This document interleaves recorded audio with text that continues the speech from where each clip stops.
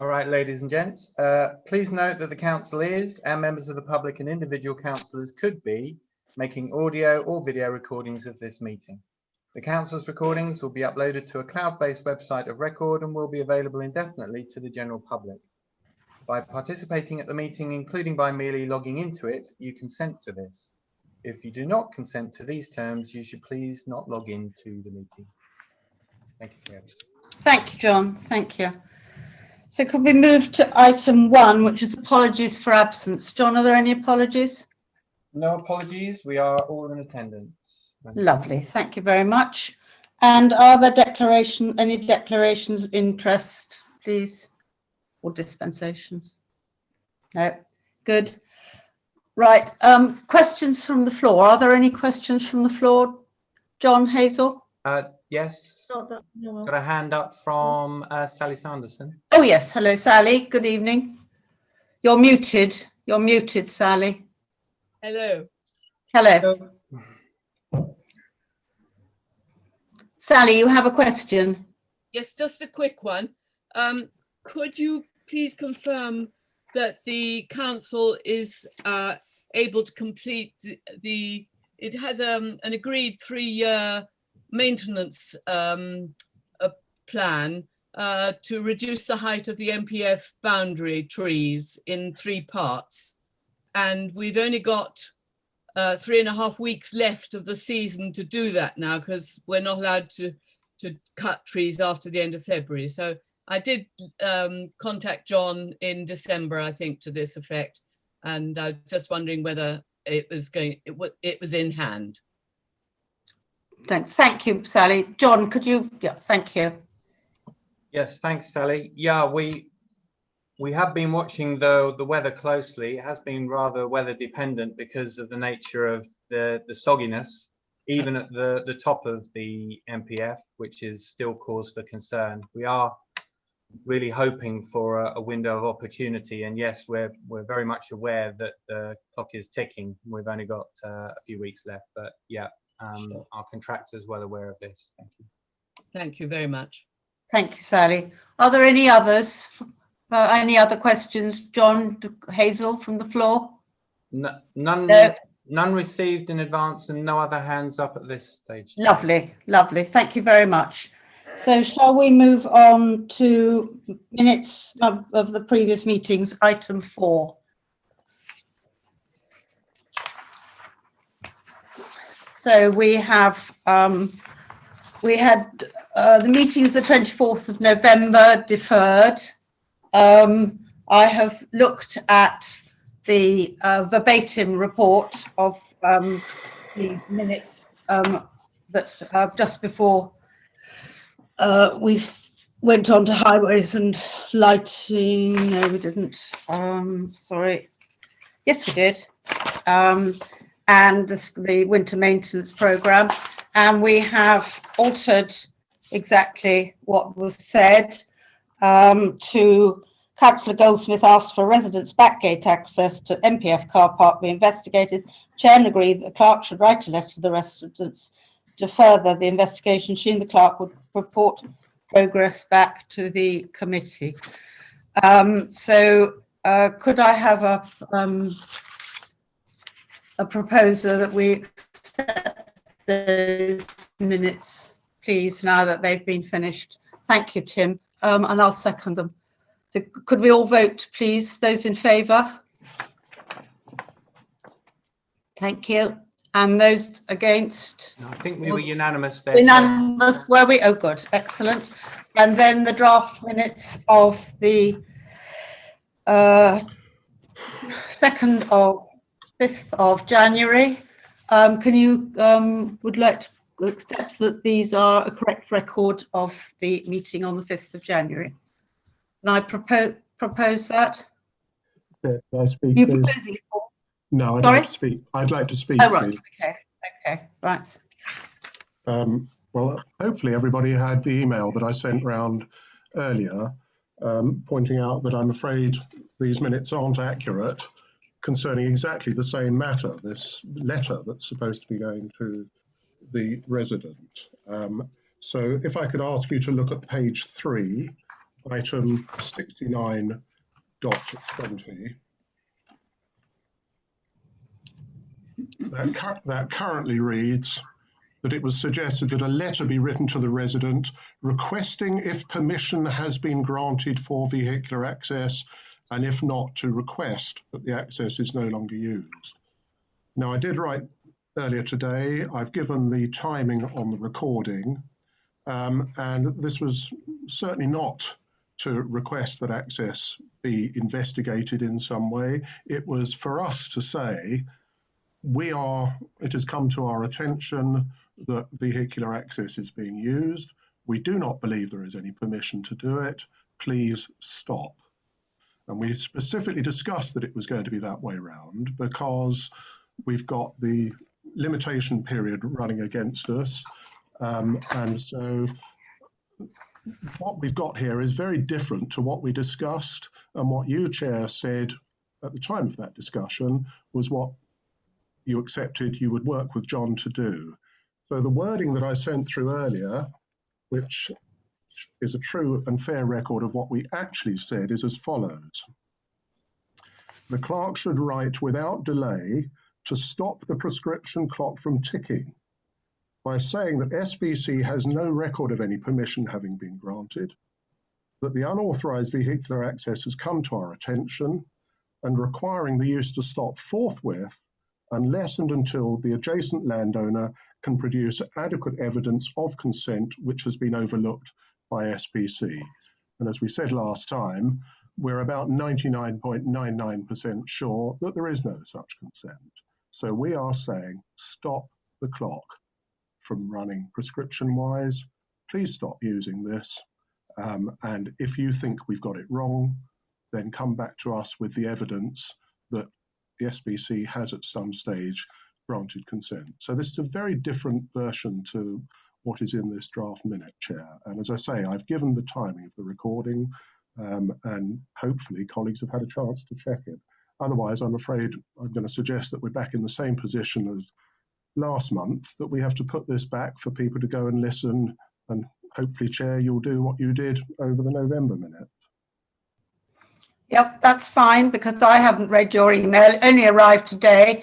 The minutes went out last Thursday, I believe. And so everybody's had quite a long time to look at the minutes. And I certainly have not looked at my emails for a few hours. So I would like to defer these minutes. I can actually report that a letter has gone out along almost the lines that you have suggested, but we'll still defer them and bring them back to next meeting. So I would propose that. I'll second that. Seconder, please. Right. All those in favour?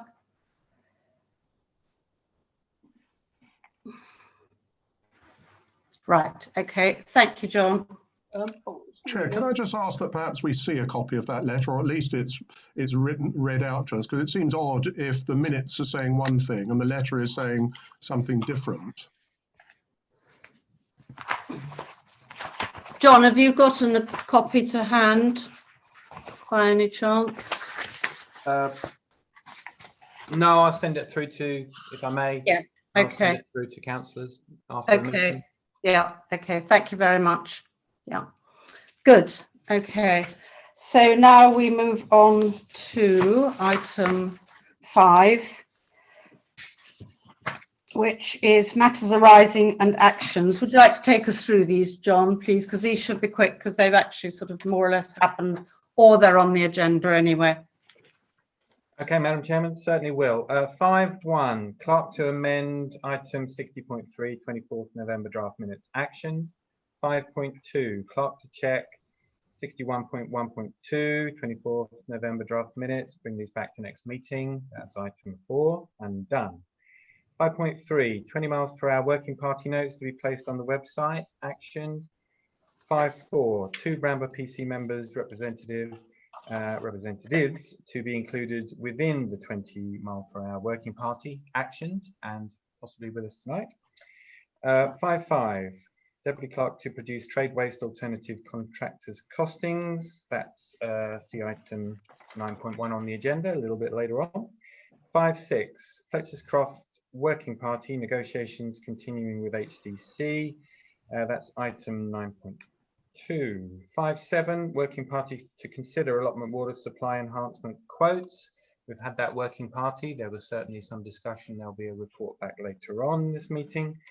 5.8, defer discussions on Steyning Centre room hire charges, but advise where necessary that possible price increase will be in the region of 2 to 3%. That's effectively actioned and ongoing because it's as and when people write and ask us that question. 5.9, Clerk's Office to communicate with allotment holder, read their request to place pens on the plot. Action went back to the lady. She's more than aware. She is considering her position as it stands. Thank you, Chairman. Thank you. Thank you very much. So I'd like to welcome the 20 Mile an Hour Working Party representatives who are here, and especially Ian Alexander, who is going to update us about the 20 Mile an Hour Working Party and introduce the proposed questionnaires. Ian. Yes, good evening, everybody. So I was asked to chair the last meeting, which is why I'm doing this presentation, because the chair, Dean, is not very well. Just a little bit of background, just to remind you that if we do go ahead with a scheme, it will be West Sussex Highways that will do a formal consultation, and they do some speed data, and they design the scheme. So anything that you see from us is not a hard and fast scheme. That has to come from West Sussex. To get to that point, it really helps the project if there's strong support for the scheme is shown from the residents. So what the working party's been doing is trying to get to that point of consulting with the residents. You have got some supporting papers, I believe, which should be both a consultation that we would like to see sent to all the houses that may be in the in this zone, and there's also, I think you've got a PDF version of an online consultation. Now, the online consultation asks about 6 more questions than the simple question asked in the printed version, which is, do you or do you not really want to see this scheme happen? Whereas the online version goes into more detail. So there's your supporting papers. I think if you've read them, it's fairly evident where we've got to within the working party and what we would like to see happen. I think we're at the point really where if this meeting recommends supporting the scheme or really those consultation documents to go out and you accept those, then and that can go to the full council, then really the job of the working party moves on to promote and publicise the scheme. If it's not supported by this committee and not pushed towards the full council, then clearly we've got more work to do. I think that's all I've got to say. Thank you, Ian. Would you be happy to answer some questions? Yes, if I can. Thank you. Thank you. Right, Paul. Thank you, Chair. I really just wanted to say that I think it's absolutely excellent. I think this working party is dealing with this in a very professional manner, and I think it's absolutely great.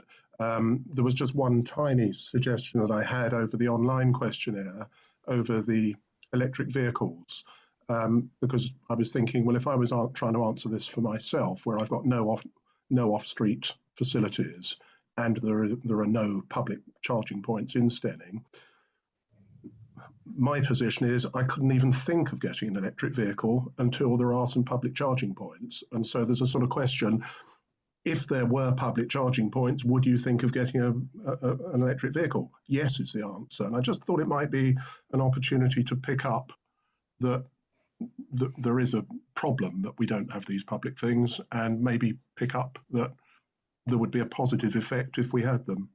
That was all. Thank you. Yeah, I just to briefly come back. we discussed all of those problems as well. Both the fact, as you say, there really aren't, well, there isn't any public facility. Would it help you make a difference? I'm quite happy to take that on board and discuss with the others if we can try and change that. How would you change the questionnaire then, Paul? What is it that? Well, it's this one where it says you've got several options. I currently own a plug-in. I'm thinking of getting one. I expect I'll get one. I'm not planning on. And I suppose there's, I'd like to get one and would be influenced. Yeah. Can't hear you, Paul. Can't hear you. Sorry, I don't know what to say then. I will just come back to you. I think the key thing here, and we tried to mention it a few times quite a few times during that consultation, is that these are projects and ideas for the future. There's a lot of work to be done before we get to that point. And the first paragraph, really, or the introduction paragraph, sort of tries to spell that out, is that the government are promoting the use of electric cars, and what would help if you had one in Steyning, because we know that there's people that if they had an electric car, they can't charge them up at their own properties because they can't park near their own properties. It really is just trying to find out what people think and what their views are. Thank you. Tim, you've been waiting for ages. Thank you, Chair.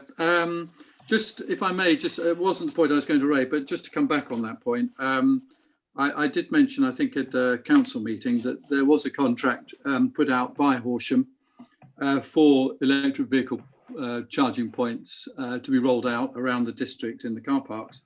The contract was given out, but then unfortunately there were some contractual issues after the contract was agreed, and therefore Horsham have cancelled the contract and will undoubtedly go out again for further quotes. So there is an intention by Horsham to roll out EV points into our car parks. Now I don't have any details, so please don't ask me because I don't know. But as soon as I do know, I will bring them back to this committee. The only other thing I would like to say is I'd just like to thank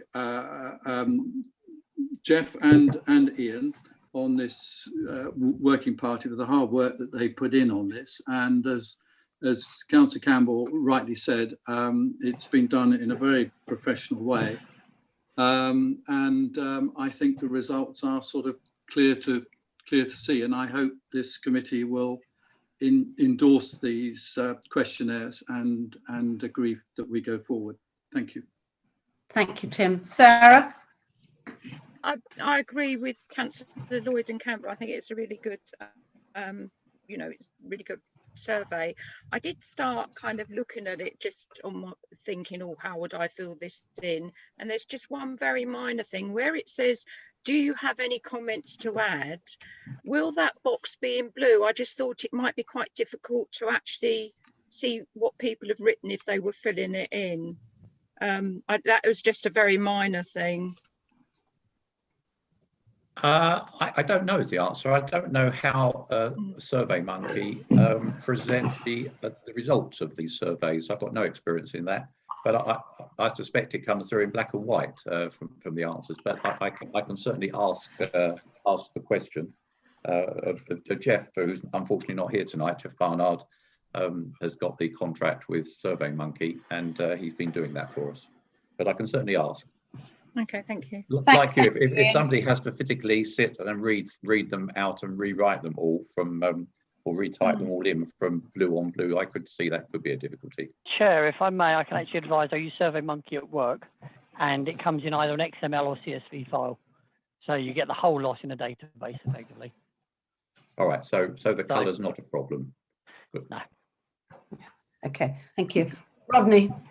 Yeah, I'm a little bit confused because the agenda 6.1 is updating about the 20 mile an hour project, which is fair enough.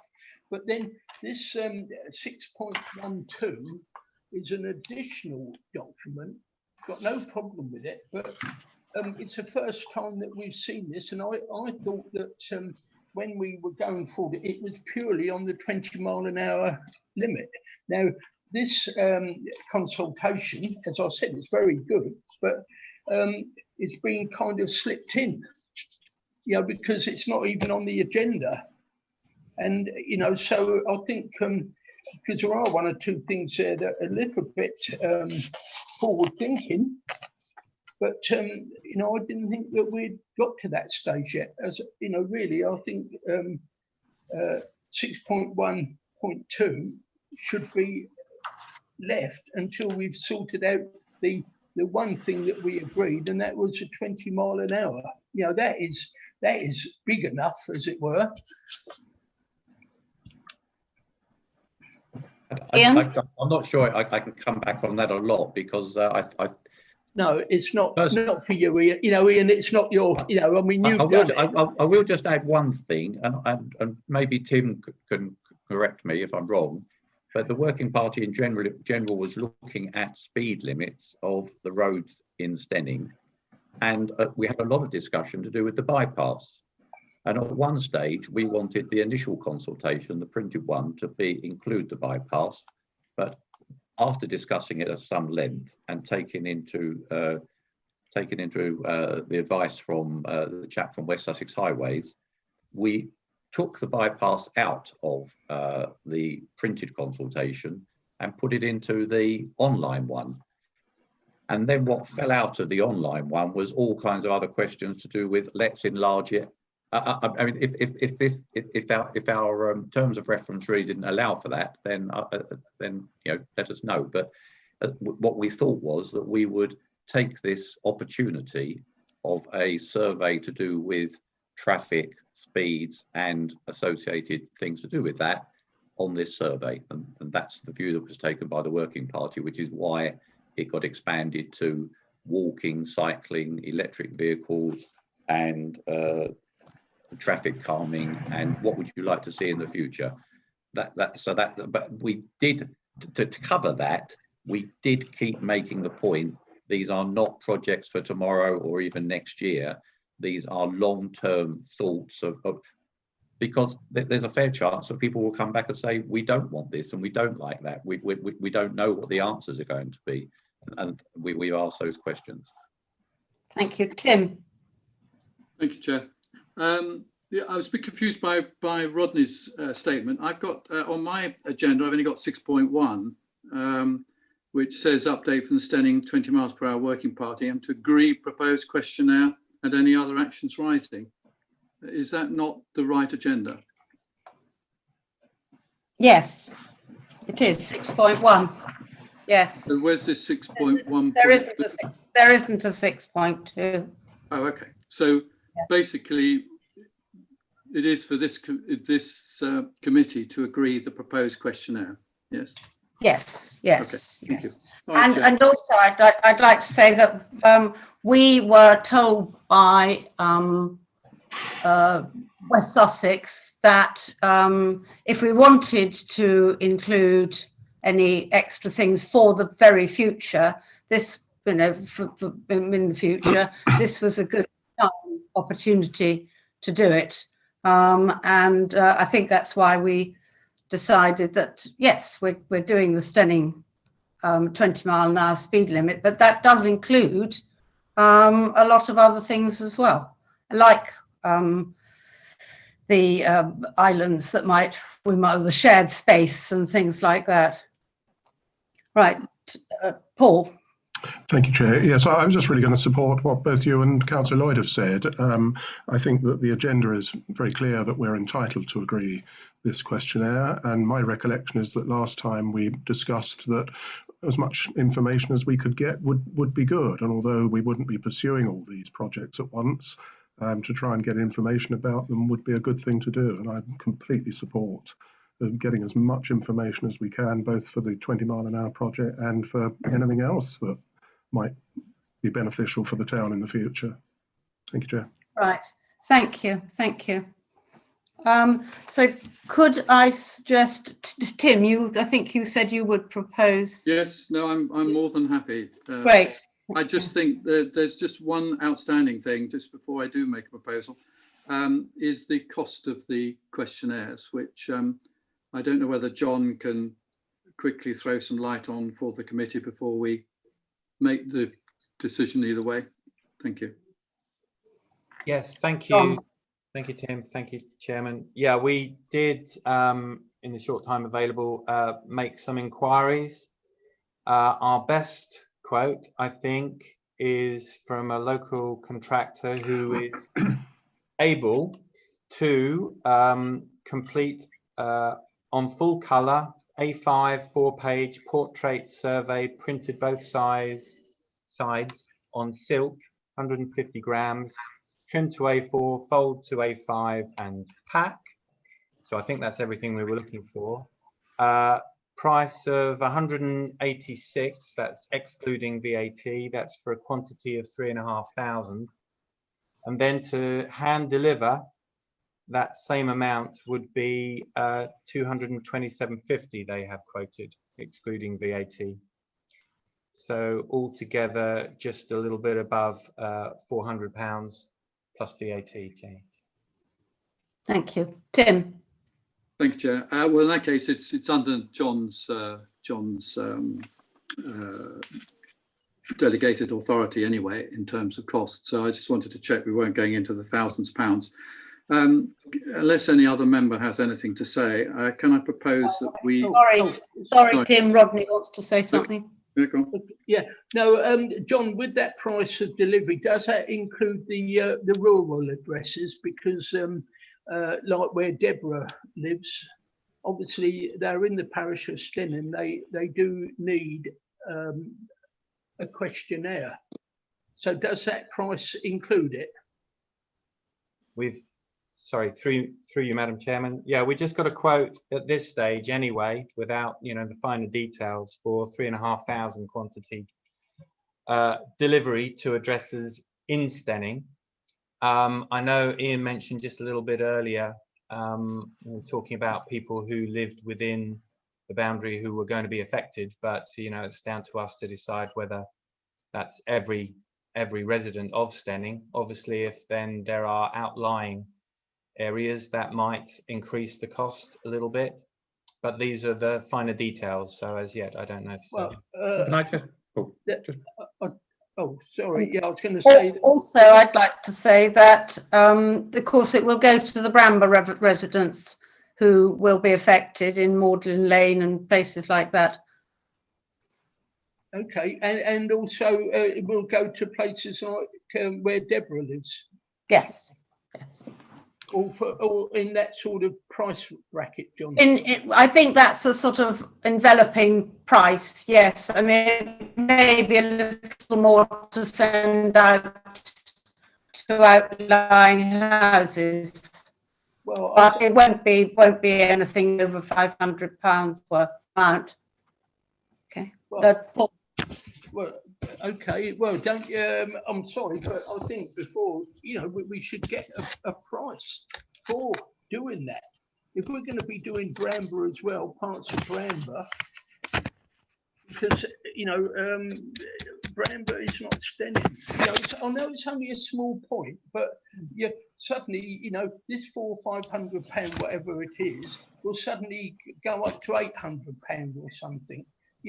And we just have to accept it because we haven't looked into it thoroughly at this stage. I've got no problem with it, but let's do it right, not just do it all wishy-washy and then have the problems afterwards. Thank you, Rodney. The thing is, we're waiting for some other quotes as well. Hopefully they'll come through. And then when we get the quotes, we'll have a look at them and make sure that they include everything, and then probably come back to committee to accept whichever price we're going to go with. Right, Paul. I just really sought some clarification about Bramber. I mean, are we going to be asking them to contribute? I mean, and is there? Have we got some sort of budget going between the two councils, or some sort of informal heads of agreement where we're meeting the outgoings in proportion to our respective populations. And if we haven't got that, should we not be thinking of doing something like that? I think we already have that. Mike, would you like to talk about that from Bramber's point of view? Well, I can, Madam Chairman, but there isn't anything official that's been agreed, as far as I'm aware. I mean, I think there's a general intention from Bramber Parish Council to support this on a pro rata basis. Obviously, at the moment, we don't know what the cost will be, and so there's been no real sort of questioning of the parish council as to whether that's acceptable. But in principle, yes, we would like to support this. I think I said that last time. But Councillor Campbell's right. There isn't anything specific at the moment. Thank you. Thank you, thank you. But we don't know ourselves how much it might cost. So we'd have to, we'll have to wait and wait for West Sussex to do their examinations and do the speed limits and things like that. So Tim. Sorry, Chair, I think we're getting a little bit confused here. The first thing is to agree, if we could, the questionnaire and the online questionnaire. The second, and as part of that proposal, is to delegate John to get quotes to bring back to the next committee meeting. And if those are agreed, then we go to consultation. And in the meantime, the working party will meet and to discuss other proposals, some of which will be, obviously, because we have discussed the support from Bramber. Even Upper Beeding wanted to become involved, but the general feeling amongst the people on the working party was that no, we didn't want Upper Beeding voting for traffic calming measures in Steyning, and that there was no direct link between Steyning and Upper Beeding, but there was a link because of the roads like Goring Road and so on between Bramber and Steyning, so there was some commonality there. So really all we need to do on this committee at this moment in time is to agree that this committee is going to support this or agree to the questionnaire, both the printed version and the online version, and delegate John to find quotes for the next meeting. Thank you. Thank you, Tim. So would you like to propose that, Tim? That's my proposal. Oh, that is your proposal. Good. Yes. Well, I'll second that then, please. So could we have all those in favour, please?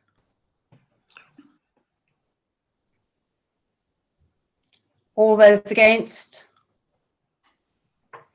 And all those abstaining?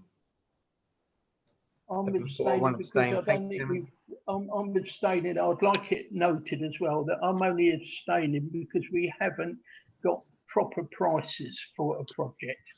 And we should have had all this before we talked about it. But I'm not against the actual project. Right. Thank you. Chair, could I just make an observation before we move on? Because I'm a bit worried that we might find that we're back here in a month's time and we're still not in a position to go ahead, because you said something along the lines of how things were going to be funded would come much later down the line. I think it's really important between now and the next meeting that the working party and or councillors work in some way in order to get some draft heads of agreement with Bramber, so that we are saying that both councils are committed to this project and are willing to fund it in proportion to their respective populations. And maybe that's something we could try and think about doing at F&GP, so that we're ready. Thank you. In case I misheard, I think that's what Tim said, that at our next working party, we would be looking at how we're going to work with Bramber over the costing of the project. Obviously, we haven't got any idea of how much it's going to cost yet, but thank you for that. Right, could we move on to item 6.2, which is Roger's splendid ecological report and management plan, to discuss and agree any actions arising, including any suggested amendments or further inclusions. Would anybody like to, Roger isn't here, unfortunately, but he is perfectly happy for it to be looked at, and hopefully we will accept it. Is there anybody who wants to make a comment on it? Paul? Well, I really just wanted to say that this is the second document tonight that is absolutely brilliant. Thank goodness for people like Roger Brown. Yep. He's done a fantastic job, and I don't think there's anything I'd like to say other than that it's brilliant. Good, good. Okay. So could we just agree? I don't think there are any actions arising, actually. I think we just need to gladly accept it. But we don't need to vote about it, I don't think. And thank Roger very, very much for producing it. And we look forward with interest to how it progresses. Tim? Sorry, Chair, I think as it's on our land, I think I may be wrong, John, and you can correct me, but I think we should vote to approve it, to bring it into the council, or to receive it, or whichever way you want to call it. John? Yes, thank you, Tim, through you, Chairman. Yeah, it provides a template for us and gives an idea of the action plan. So in a sense, I think it would be, I mean, it's, as we've said, a wonderful document. It really ought to be approved as a standard for us, so we can put it on our website as a link and have it as a reference point for all future, you know, developments, I think. Right, okay, thank you for that. Good. Sarah? I'm happy to propose that, or if Excellent. Councillor Campbell's already proposed it, I'll second it. Right, Paul, have you proposed it and Sarah's seconding, or? Well, I'm not. Yeah, I'm very happy to do that. I mean, the wording's there in the motion, isn't it? So yes, it's to approve the Abbey Road Open Space Ecological Report and Management Plan. Full stop. Good, good, excellent. So all those in favour? Unanimous, thank you. Great, okay, thank you very much. So then item 6.3, unfortunately, again, Roger isn't here, but Simon, is there anything else you'd like to add to Roger's report? No, I mean, unfortunately, obviously with the weather we've had and with the COVID restrictions, we haven't managed to have another meeting since our last committee meeting. The only thing I can say is the last work done down there now a couple of months ago was in the Glade area that Roger's indicated on the previous plan that we've got there. Right. Thank you very much, Simon. Good. Chair, So can I just point out for the record that we've got a supporting paper, 6.3, which is Roger Brown's update report. So we might want to acknowledge that we've had that and receive it accordingly. Right. Okay. So could we receive then Roger's report, please? Do we have to vote on that, John? I think just receiving it. You could receive it and agree, you know, that it was a. Can I propose that we receive it with thanks? Yes. Roger Brown. Yeah, that's fine. Yeah, I'll second that. So all those in favour? Thank you. Unanimous. Sorry, who proposed it though? I did. Paul did, and I seconded it.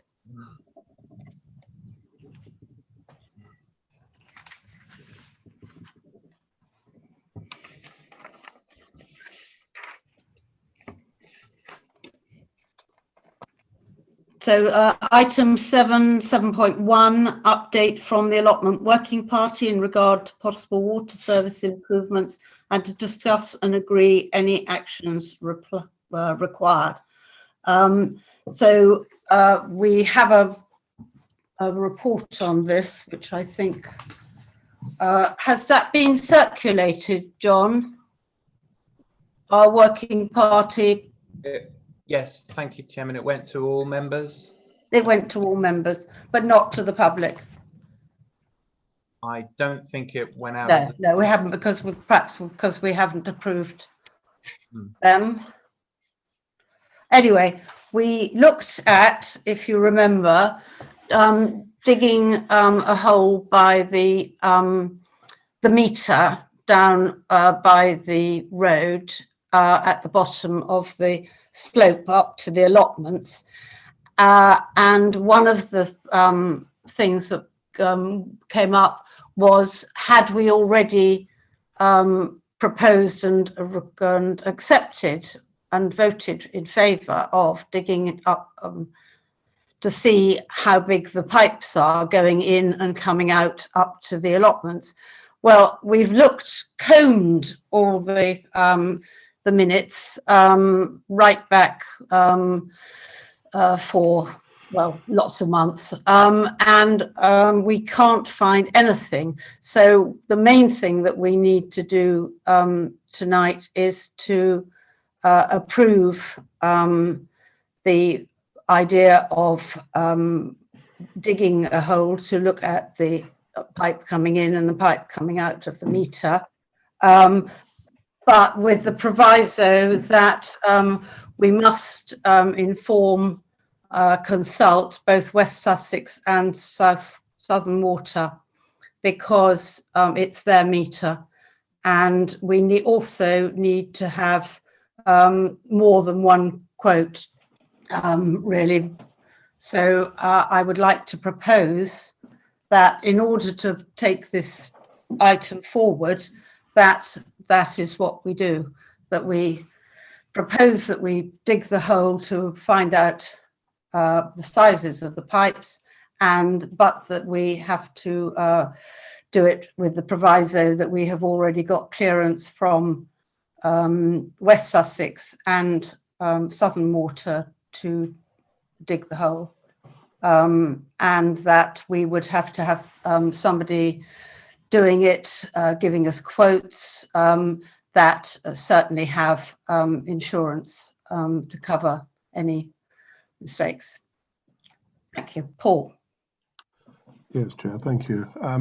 I thought that we were going to ask Mark Streeter to give us a price, so that we've got some idea what we're talking about. I mean, on the face of it, this is a very straightforward project, and I don't really see why West Sussex is involved. I quite see why the water company needs to be involved, but this is on our land, yeah, we need to be sure that if the pipe is ruptured, Southern Water are there to do something about it. But this is a hole, what, 700 millimetre deep, if 70 about a metre deep.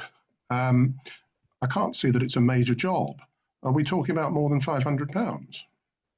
No, not at the moment. We don't know, because we don't know what the ground is like underneath.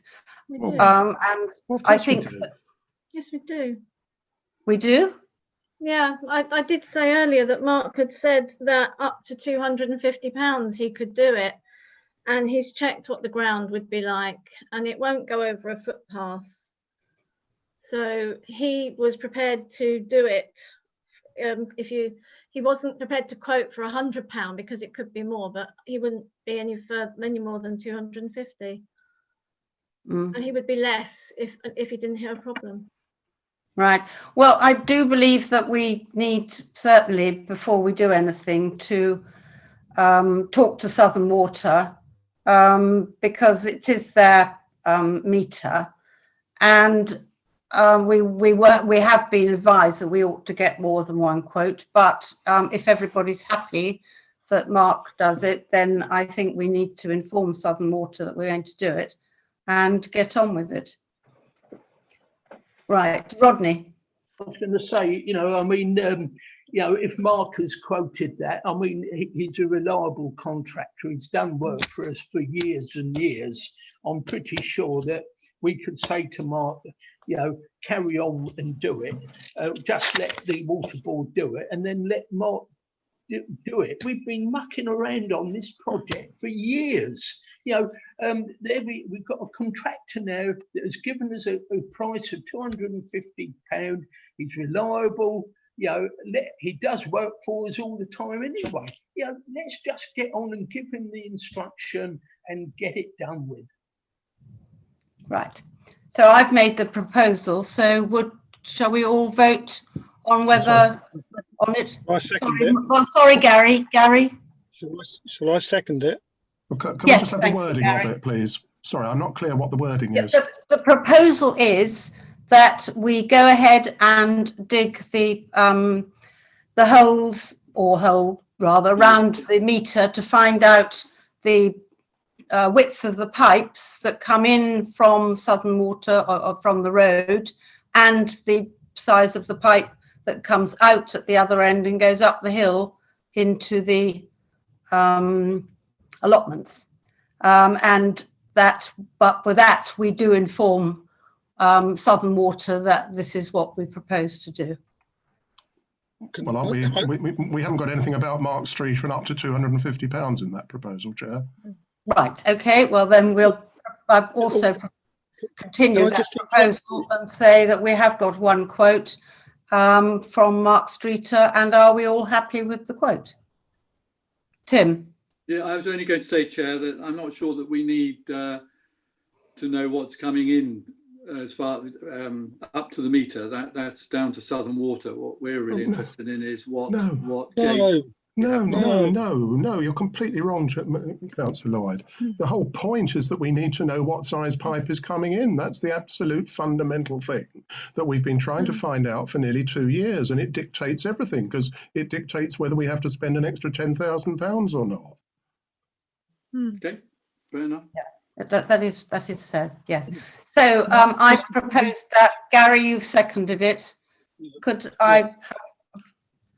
we all vote, please? Sorry, just before because it was still a rather muddled proposal, can I just suggest that perhaps it should be Mark Streeter who liaises with Southern Water? I mean, he's doing the job. Trust him to do it. Can I just interrupt there? Yes. Mark does actually know someone on Southern Water, so he could liaise with the person. I think Hazel knows that as well. That's a good suggestion. Thank you very much, Gary. So, John, could you, out of what I proposed, make a proposal, please? Okay, so it was to approve the idea of digging a hole or holes around the meter to find width of the pipe coming into the meter and leaving the meter, with the proviso that we would consult Southern Water and that we were to agree for, I'm not sure if we were going to mention Mark's name, or a contractor complete the job for under £250. No, Chair, it was going to be Mark Streeter, and it wasn't going to be us consulting. It's Mark Streeter to consult. That's why we're going to name him. It's his job to liaise with Southern Water. He knows the person. Okay, I'm just saying what was said. No, that we said a lot of things, John. Right. So I propose that. Sorry, Tim. To interrupt, but John said the idea. I'm not sure that it's an idea. We're proposing to dig the hole. Okay, so perhaps we could exclude the word idea. Chair, can I just suggest that we say Mark Streeter is authorised up to a cost of £250 and subject to liaison with Southern Water to dig a hole to ascertain the bore of the pipe both to and from the meter. Right. Well, that sounds simple enough. Yes, good. I'll propose that then. I thought I had, Chair. Gary's second. Right. No, I think you just told me what the proposal was. Well, yes, it was my proposal, Chair. So, all right, okay, that's fine. Then Gary has seconded it. You've proposed it. Could we all vote in favour, please? Those in favour? Unanimous. Thank you very much. Thank you. Good. Okay. Right. So we would like to discuss any possible water service improvements, discuss and agree any actions. Simon, you were going to say something about further actions. Yes, we've obviously need to go following that working party meeting. One of the other further actions was obtaining some other quotes which I'll be doing in due course. Thank you very much. Fine. Thank you. Any other questions? No. Thank you Well, very much.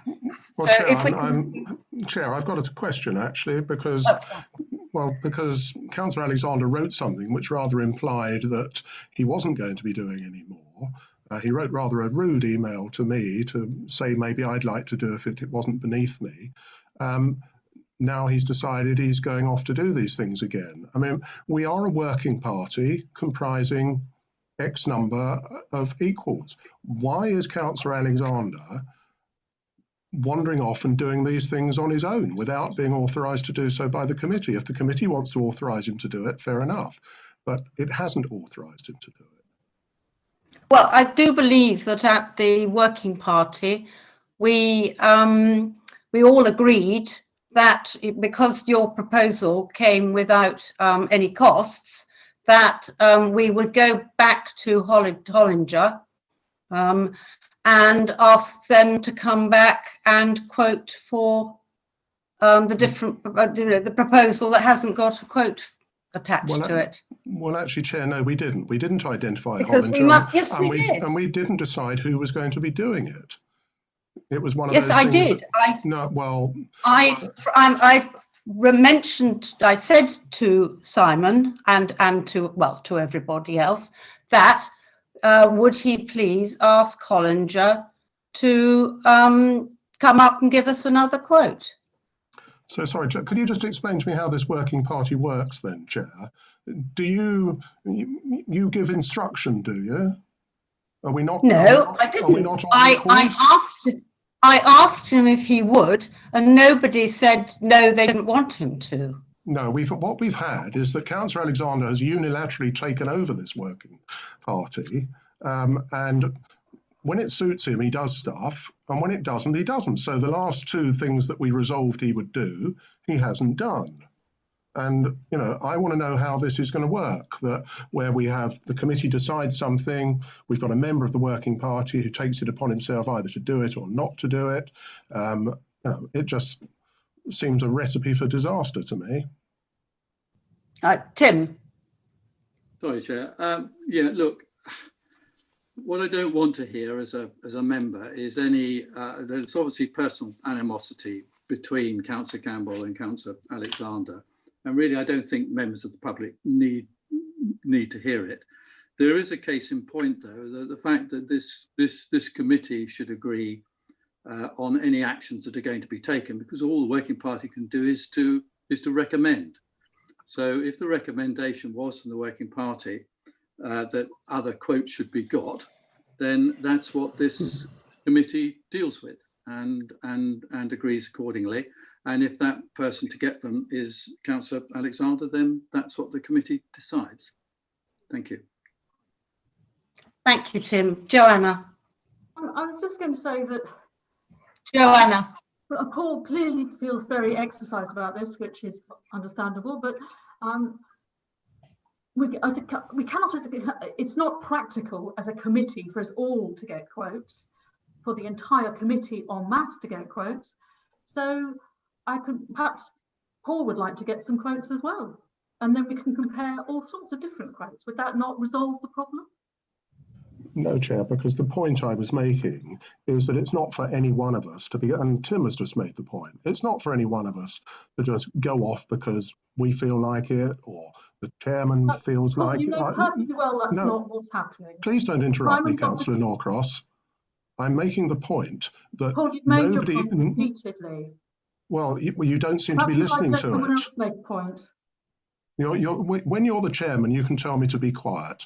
Until then, it's up to the chairman, Deborah Hanson, to tell me to be quiet. Kind of you to tell us who the chairman is. Thank you, Paul. Thank you. So. Thank you. Thank you. John. Yeah, could I just point out that I believe Simon has been given this proposal in the minutes of 24th November. That whilst the allotment working party continue with their deliberations in terms of water supply enhancement at the allotments, the clerk, supported by Councillor Alexander, is delegated to seek appropriate quotes from professional engineers to give options on a design for a suitable water supply system for our allotments.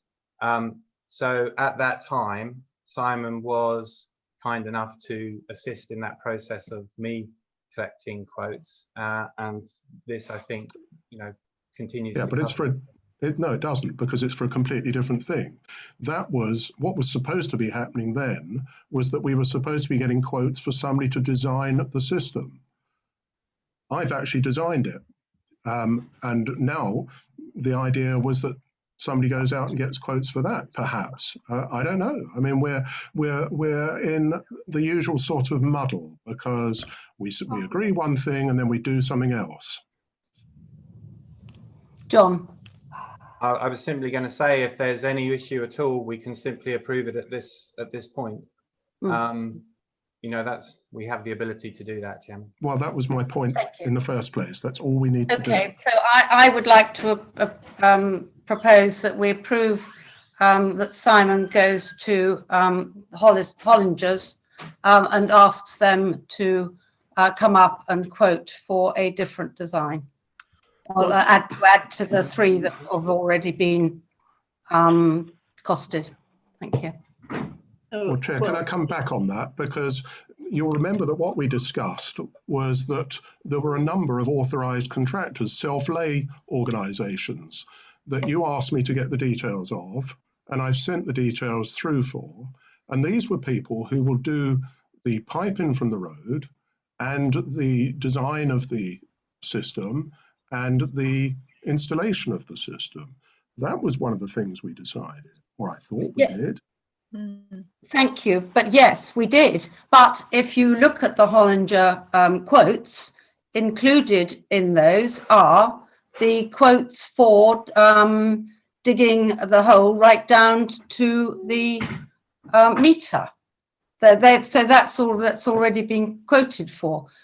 No, it hasn't. That's Southern Water's quote. No, Chair, that's wrong. All we're asking for is Hollinger to come and quote for the design that you have put up at the moment, and then we can go out to the other contractors to make sure that we've got Hollinger, we've got the water, Southern Water, and we did have another firm as well. So we need to get the quotes all together. So we now need a quote for a more simplistic system. I mean, sorry, without the line down to the water meter, because we haven't dug the hole yet and we don't know what the costs might be, except they're about in the region of £10,000, which have been quoted. So what we're looking for, as far as I'm concerned, is a quote for the design that you proposed, put forward at the working party from Hollinger, the same company that has done the 3 quotes for the 3 different scenarios, because we already know roughly how much it's going to cost to go down to the pipe. And when we've got the quote that we want, then we can go and get you sent very helpful a couple of other companies, and those are the ones that Simon will be exploring as well. But first of all, it's good to get a ballpark figure or a quote for the design, your specific design for the water supply. Well, Chair, I'm not going to labour the point, but can I just make the point that we know that both designs are almost identical in the sense that they've both got 2 separate distribution pipes of the same bore, etc., etc. We know they're going to be largely the same. We just need to decide which one we want to go for and then start getting quotes and making sure it works, etc. This is a waste of time because we know that the cost will be within the same order of magnitude as the existing one. We know that. Well, I'm sorry, Paul, but I disagree with you. I think we need to have all the quotes in front of us. That's what we Well, of asked course, Simon. before we go ahead, but all right. No, I think we need to know before we put forward any of the ideas. Simon. I was going to say, for the record, the quotes are very different. In fact, from memory, the quote originally that Hollinger done was 360 metres of 32 mil pipe, whereas when I again calculated Councillor Campbell's design, we're looking at 535 metres of 32 mil pipe, so considerably different. For the record, by the way, because it keeps being brought up, Sally will be able to confirm this, but the water was actually, the whole water supply was brought to the council in May 2019. Now, it was actually, a motion was passed by, well, proposed by Rodney, seconded by Paul, that Sarah was setting up a one-man working party to look at the water, and nothing happened. In the last 6 months, things are taking place, things are actually happening. But, you know, we can keep going banging on about this has been going on and on and on. In fairness, we've only been looking at this as the committee as it stands today for 5 months, 6 months. And in fact, it goes back to 2019 when nothing started before my time. Thank you, Simon. Sarah. Firstly, I can't remember the exact figure, but I think it was something, it was a very low figure per metre, the actual pipe. I'll just respond to Councillor Alexander's remark. In actual fact, we had Trevor Cree, who was our chairman. He was actually on the council at that time before he was handed off the council, and he's an agricultural engineer, and he had said that he wished to be involved with it, but at the time he had a lot of other projects on. We've wasted so much time because we were told that the pipe coming in was definitely 63.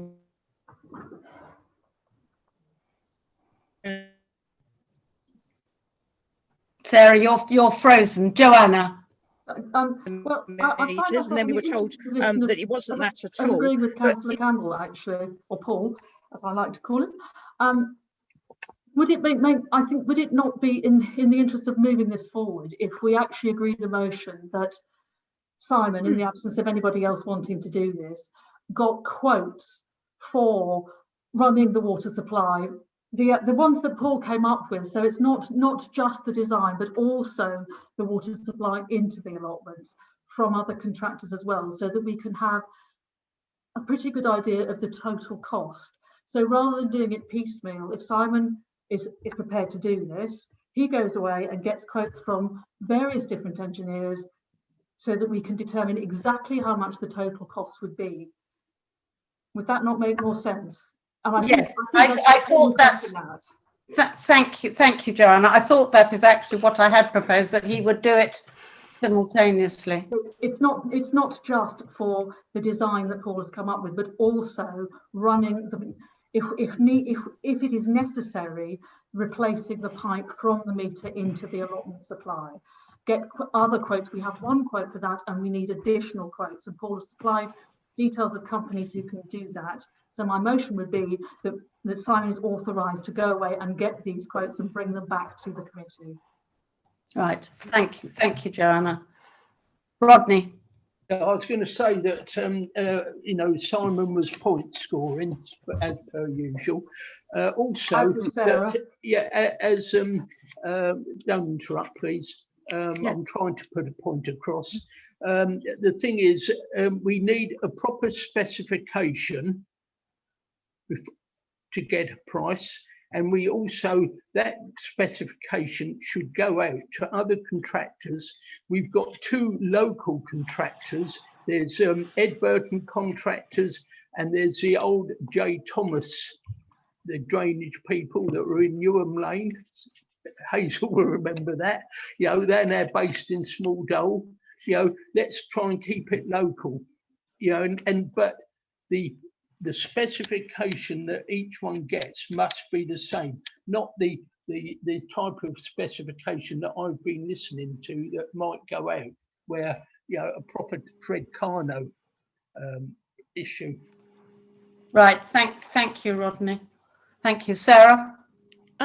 We've heard from Sally Sanderson, Secretary of the Allotment Association, and also from Mike Warren, the Chair of the Allotment Association, that they prefer Councillor Campbell's scheme.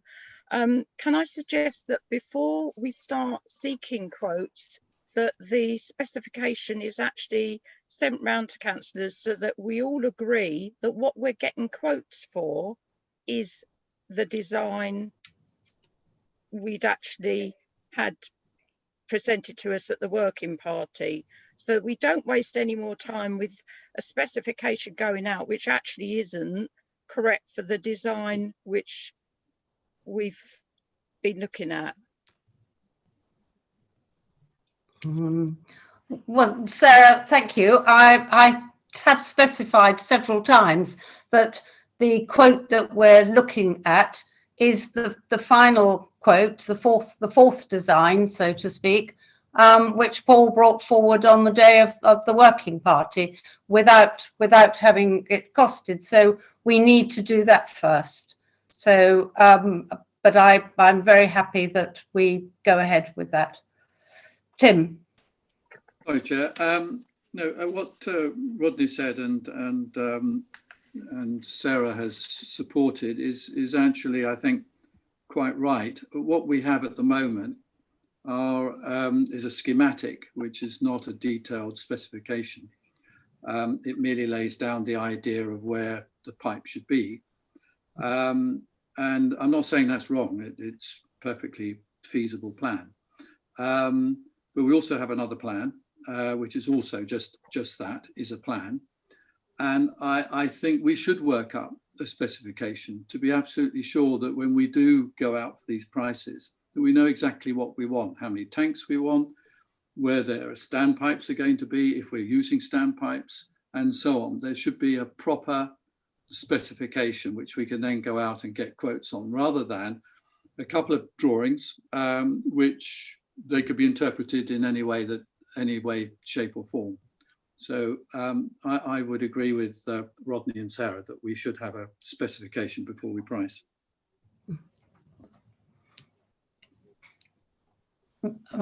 Simon.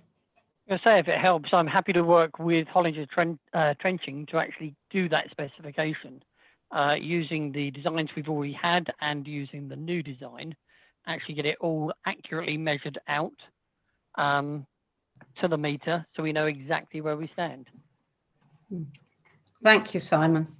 Could I propose that Tim wants to have a chat. Oh, Tim. Sorry, No, Tim. it's really just sorry, Chair. Just really a question. Simon, are you sure that Hollinger are quite happy to put this amount of time in, because they're not guaranteed to get the job here? Yeah. I'm very friendly with the guy. Since we started quoting, I've spoken to him numerous times. He's a regular visitor to Steyning. So on all occasions when he has visited, I fitted around him, and I'm willing to do exactly the same. The only reason I'd suggest using him is he has the equipment to accurately measure this out with the where the pipes are going, etc. Okay. Thank you. Thanks, Chair. Paul. Well, Chair, I just wanted to make the point that the details of the SLOs I sent through, I don't know how much they charge, but you can see that they tend to do it as a bit of a package, which includes them deciding what sized incoming pipe we need. So if we use somebody like that, we've kind of got a guarantee. If it doesn't work at the end of it, we can go back to them. If we're designing this ourselves, I mean, I've designed the schematic, but I've specifically said this needs to be checked by a professional. I don't want Hollinger just picking up my design, and because it may be that 32 mil pipes aren't big enough, that we need 50 mil pipes. That was the point of the decision back in November, to get somebody who professional to design the system. I just feel that we need to decide, do we want a system where we can independently meter the hose or not? If we do, it's basically my design. That design is basically the same price as Councillor Alexander's. It makes no difference. It really ought to now go to a professional to say, make this work and give us a price for it. Gary. Well, there was an email that came in from Sally and Mike saying that they preferred Paul's design. So why don't we get the three prices on that one, which we're meant to do? Because if we just get one price, then we've got to go back out. We're just going to waste more months at it because we've got to wait a month before we come back. And then we've got to go ahead from full council. Yeah, thank you, Gary. Well, that is what we're trying to achieve. I proposed that Joanna proposed that we ask Simon to get Hollinger in to do the fourth proposal, and then we need, as a working party, to go back and look at the proposals in more detail and then decide which one we like. We're not having a vote. We haven't voted on which design we're going to have. Yes, Sally and Mike have come back and said that they prefer one to the other three, but that isn't, as far as I know, what everybody on the working party, we need to talk about it before we decide what we're going to do. Can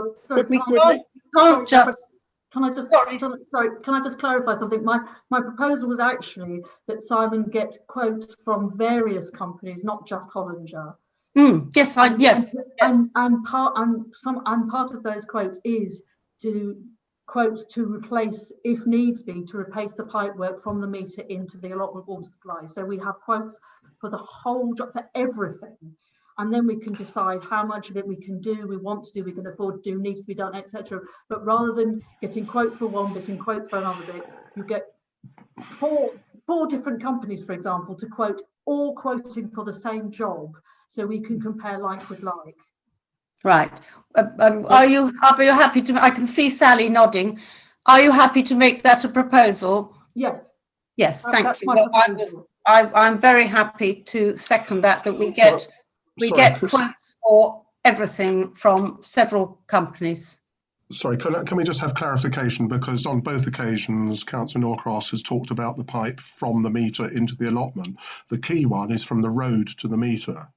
So I think that might have been a slip of the tongue. But in that case, for the pipe from the road into the meter? Yeah, I mean, it's very, very important. We only have one quote for that, and we need more quotes for that. Paul and I are agreeing on this, that we need one quote. We have a quote and we need several quotes. Right. Time today. Oh, thank you. Can we draw that to a close then? Because I've already seconded Councillor Norcross's proposal. I'd just like a point of order, please, Chair. With Simon, I don't think he's made a point of that he's got an interest with Hollinger. You know, he should have declared an interest that he was a personal friend of his. It's only nitpicking, but I'm afraid that that's how it's got now. So I think that. Well, to be fair, I think he said he'd become friendly. No, he said no, he didn't. Did he? Well, yeah. Simon, I would say I've actually built up a working relationship with the man from talking to him on several occasions. I am not a friend. He's not anyone that I know outside of the council business. Thank you. So can we now vote on Councillor Norcross's proposal that we, Joanna, can you read out again what you were proposing? I've already seconded it. John's written it down already. Have you written it down, John? Do I need to say it again? If you've got it written down, then go with yours. Okay. Shall I make an attempt? Yes, please. Simon authorised to gain further quotes from various companies for the design submitted, and if needs be, to include replacement of existing pipes and certainly pipes from road into meter. No, I think it's not if needs be. I think it's we've got to get the quotes for that. Not if needs be. Those quotes need to be obtained as well. Yeah. Okay. Yeah. Okay. So I'm happy. Sorry, John. Can you just do that again, because there was a bit where I didn't quite ring right to me. Can you just say it again, please? Okay, yes, Simon authorised to gain further quotes from various companies for the design submitted and to include replacement of existing pipes and pipes from road into meter. Sorry, when you say design submitted, is that plural design or singular design? Designs. I can't, designs, yes. Because, I mean, I wouldn't like it to be too circumscribed, actually, because that prevents them coming up with an even better idea.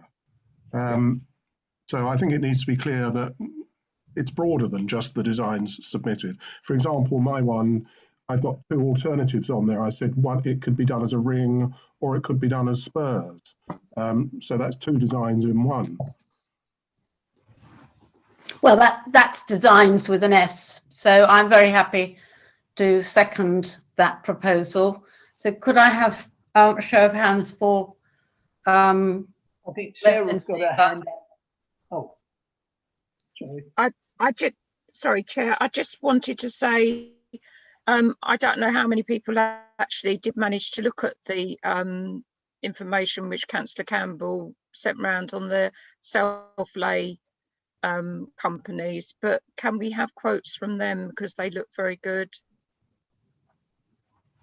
Yeah, I'm sure Simon will take them on board. Thank you. So I'm in favour of Joanna's proposal. Yeah, I'll be voting, everyone. Oh, are we? Okay. So could I have those in favour, please? Okay, unanimous, thank you. Thank you very much. Thank you. Right. To discuss in item 7.2, to discuss and agree the timescale for working out new allotment agreement details and when and if allotment fees are to be discussed and possibly, but I think we should set up a working party to initially consider these items. Chair, so I know that we have to have a proposal in place for the allotments by September because, well, before September, obviously, but it's in September that the leases expire. So I think we ought to set up a working party to look at the allotments and to look at the details of the agreement and tweak it if we need to in any direction that we feel is necessary. Excuse me, Chairman, can you please excuse me for about 10 minutes? I've just had an emergency call. Yes, surely. Yes, thank you, Rodney. A missing person. Okay. Thank you. Can you mute yourself, Rodney, please? Oh yeah, okay.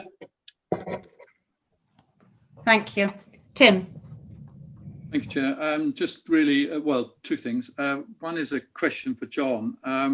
When do what are our obligations to the existing tenants and existing leases in terms of notice for the new agreement that we're sending out to them? Yep. Through Chairman, we sent out the notice to quit letters. In terms of the timescale, we need to have the final agreement agreed by us as a committee by the July meeting, having hopefully worked with the Allotment Association and any other representative from the allotments, so that we've got a good working document. We agree it in the July meeting so that we can send out invoices in the appropriate timescale before September. Okay, so we don't have a lot of time, and obviously we don't have a lot of time, and obviously there are considerations that are going to come into play about water usage and so on. So I really think, Chair, yeah, we should set up a working party ASAP to start moving this forward.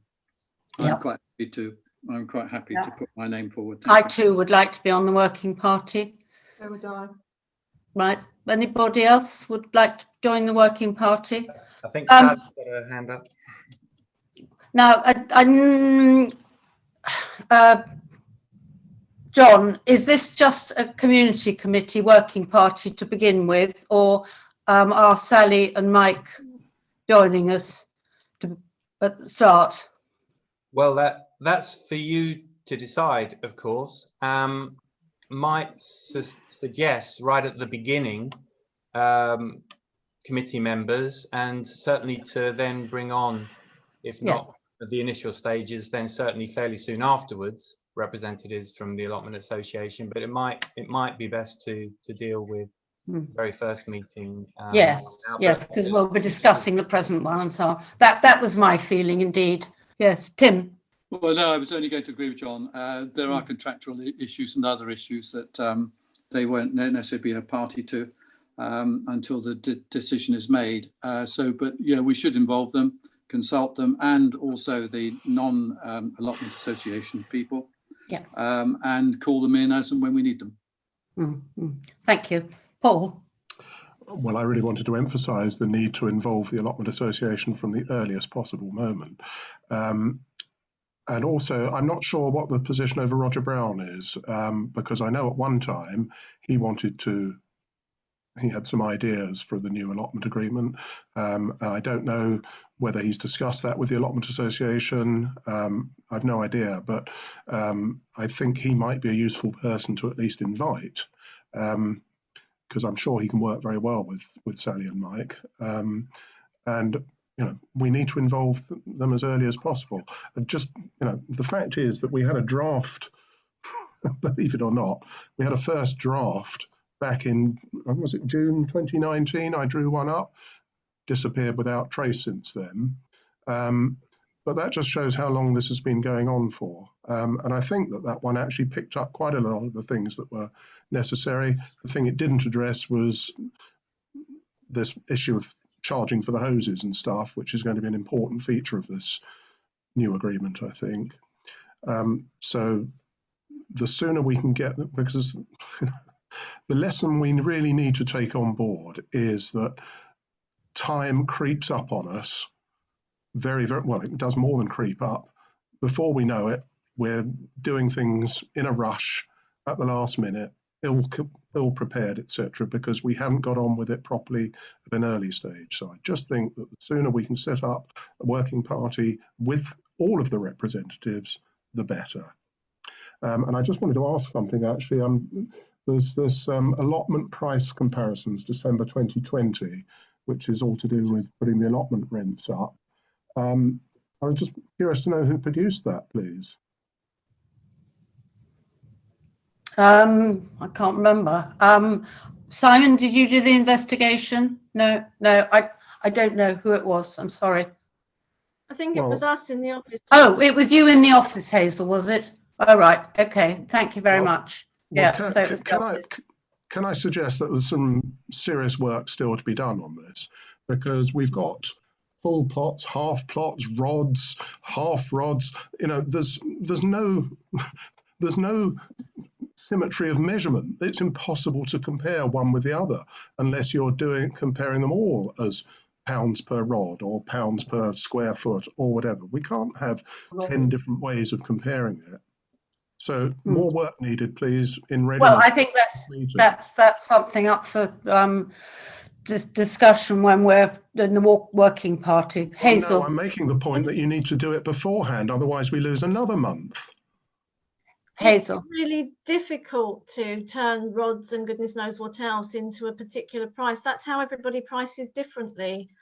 I don't think you can actually get a comparison that is the same as the way we price. Well, I think we can, because if something, we know we can convert a rod into square meters. So why have we got some in square meters and some in rods? And we've got Google Earth. We can look at what size these other plots are and measure them. But it's not a comparison at all to have lots of different figures or at different rates. It's not a comparison at all. All right, thank you. John.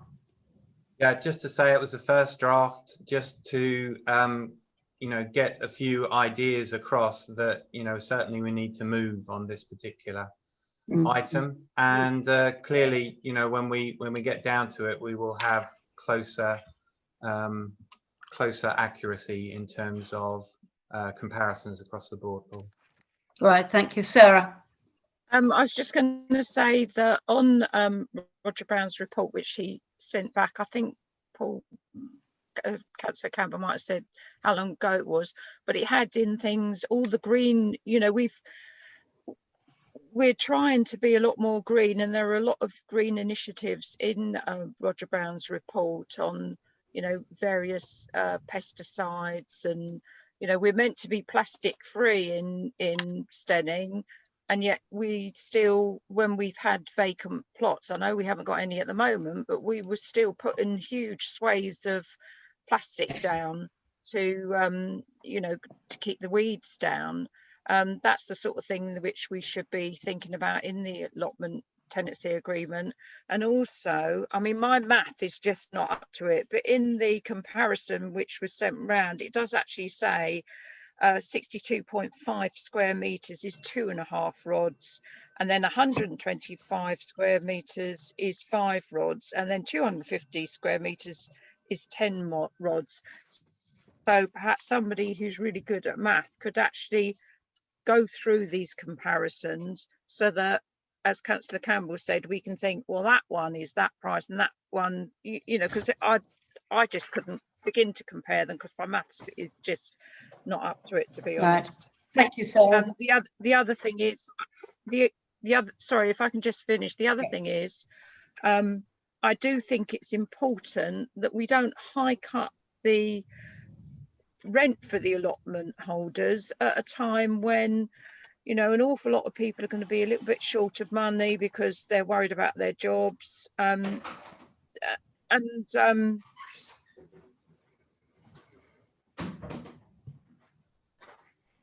Sarah, I'm sorry, you've frozen. So can I go to Simon until you unfreeze, Sarah? We Simon? should be hiking the... How do you know when you're frozen? I was going to say, when you actually look at it, one rod is basically 25 square meters. However, when it what's going to become tricky here is when you look at the smaller plots, the pro rata rate may vary. So I guess the office are probably best doing a price at the lower end and at the higher end of what the swing is. Great example, if you take the 1850 on the Littlehampton comparison with the 62.5 square meters, divide that down by your 62.5, it'll be very different to the 74 divided by the 250 square meters at the bottom. Right. So I think there's myself, Tim and Joanna so far on the working party. So could I have any other volunteers, please, from the council to join the working party? Sarah? I think Councillor Campbell's got his hand up. Paul?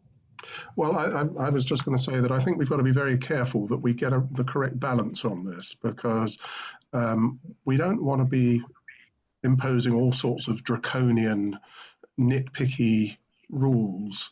You know, the whole point about allotments is that allotmenteers are fairly free-spirited people, and they need to be. They're going up there to relax.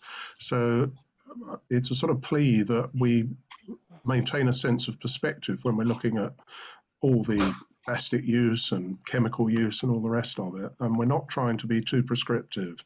And the only reason I would quite like to serve on this working party is in the hope that I can help with that sense of perspective. Yeah, that's lovely. Well, so that's great. So there's myself, Paul, Joanna and Tim. I think that's probably enough. Now, I would like the first meeting, though, to be just us, because I think we need to go, as Tim said, through the present one. And then we'll open it up to members of the Allotment Association and the non-allotment holders, plot holders, to join us. And we can decide later on how far we extend it. I mean, it could be Roger, Sally and Mike, and then some non-allotment plot holders also to represent us. Sarah.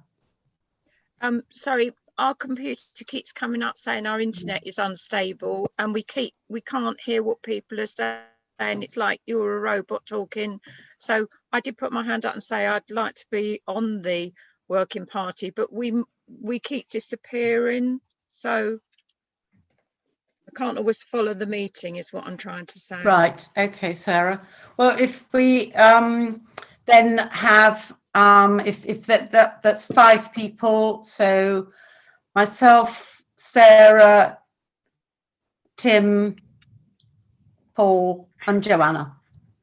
So could I ask that we approve that working party that's going to look at the allotment agreement details and work out a new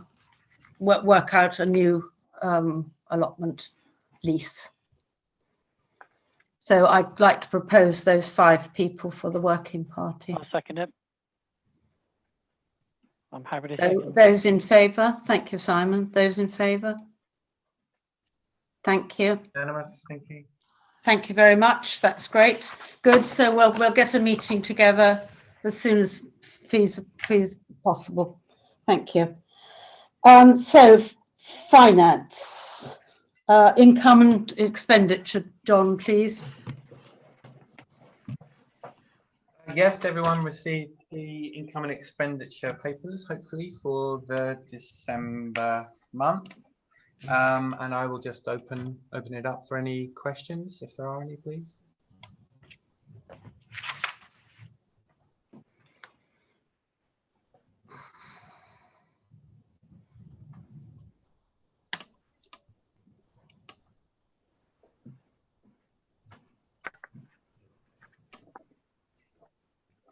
Has anybody got any questions for John? No. I have actually. Oh, you have, Tim. Right. Yes, okay. Sorry. 4253, the water charges. John, is that because we transferred some costs across?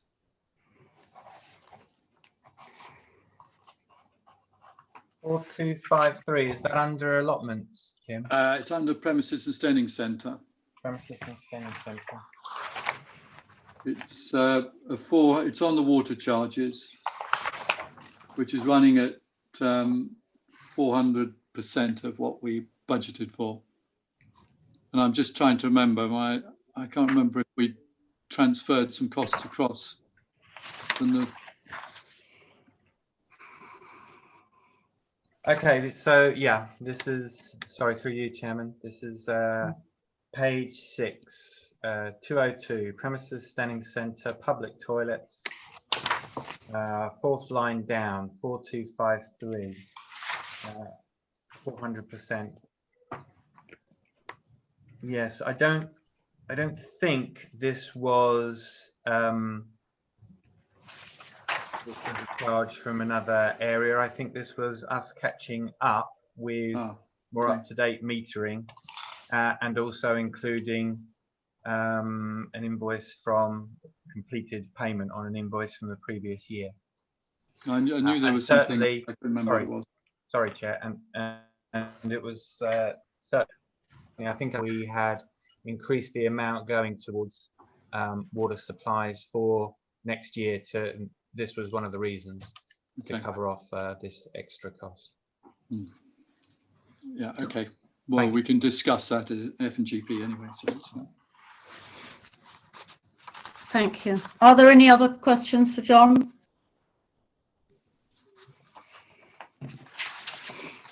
So can we agree the income and expenditure reports for December 2020, please? So, sorry, Tim, you proposing? No, I'll second it, Chair. Oh, right. Okay, fine. Good. All those in favour, please. Unanimous, thank you. Thank you.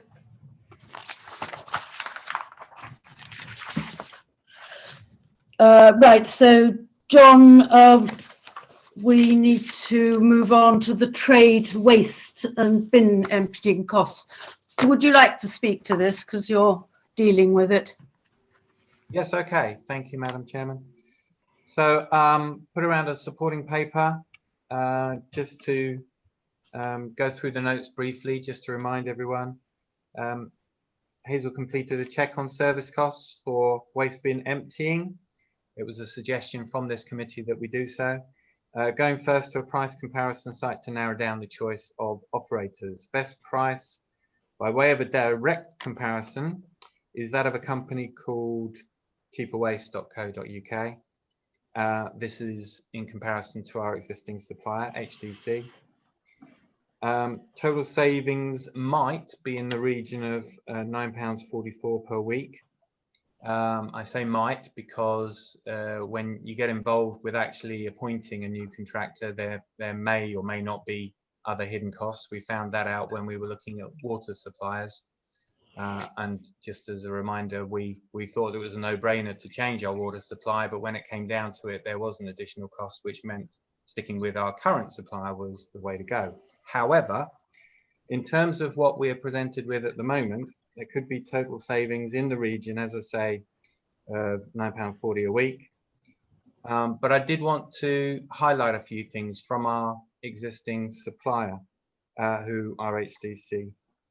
They are, from our point of view, very flexible in terms of preferred pickup times and bin access arrangements.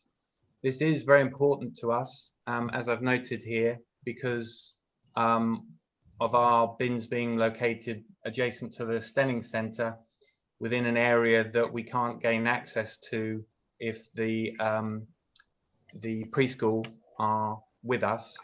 So they have to very much adhere to our opening and closing times and give us some assistance with that, which they do. Also, I've noted that accessibility to the MPF car park can be quite tricky. Anyone parking in that area or walking by it would know this. And for vehicles to turn around can be quite difficult. And I'm very conscious we've got away without anyone receiving a prang of their vehicle over the years, which is some testament to good work from the operators involved. And the terms of payment are easy, and the service itself has over many years been reliable, trustworthy, and most importantly, accountable. So I will say that to counter the less cost, we are very happy with the existing contractors. But now over to you guys for your thoughts. Paul. Thank you, Chair. Well, I think it's worth making the point that it's about £500 a year, isn't it? And I absolutely take the point about accessing the bins when the nursery's there. That's key. But I don't think there's any mileage in the other points. Like, any contractor is going to be perfectly capable of reversing their vehicle into the MPF car park, I'm sure. And I don't understand really what being accountable means. They all have to have the waste transfer certificates. That's what makes them accountable. So my recollection was that one of the key things that we were looking at was that currently all the HDC stuff goes to landfill, whereas other contractors say that they recycle far more and/or it goes to incinerators.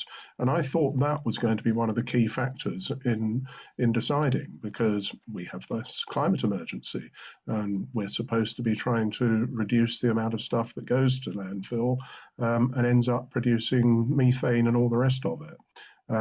And that was the purpose, I understood. But we don't have any indication of where cheaper waste stuff goes, do we? No. Well, I would like to say actually that's something that I've touched on with I think Simon and Joanna the other day, and that yesterday, that we actually should go and explore those companies exactly as you said, Paul, who do try and recycle as much as possible from the waste bin before we make the decision. Now, I'm sorry that this is being put off or might be put off again. But I do think that it's something that we ought to be thinking about. John, what do you think? Can I just say we are already recycling? Horsham are doing that for us. We're paying for Horsham to recycle within what we're already paying. Sorry, sorry, Hazel. So in the contract that we have with Horsham, they don't just send it to landfill, they do actually recycle. Well, we're separating it up at the Steyning Centre. We've certainly got a recycling bin. It was a trial that was carried out under the premises committee, and it's worked really well. It has been working very well. John? No, it's okay. I just really wanted to make another point, please, Chair, which is that what we're talking about is the general waste, not the recyclable waste. There's recyclable waste that goes off and gets recycled. That's fine. What you then end up with is the general waste. And it's a bit of a problem for us because our general waste has got a lot of dog poo in it. Now, the general waste, Horsham's general waste goes to landfill. Some other companies, the general waste goes to incinerators. And what I'd suggest is there's a very early question to be asked, which is, does the dog poo mean that it couldn't go to an incinerator?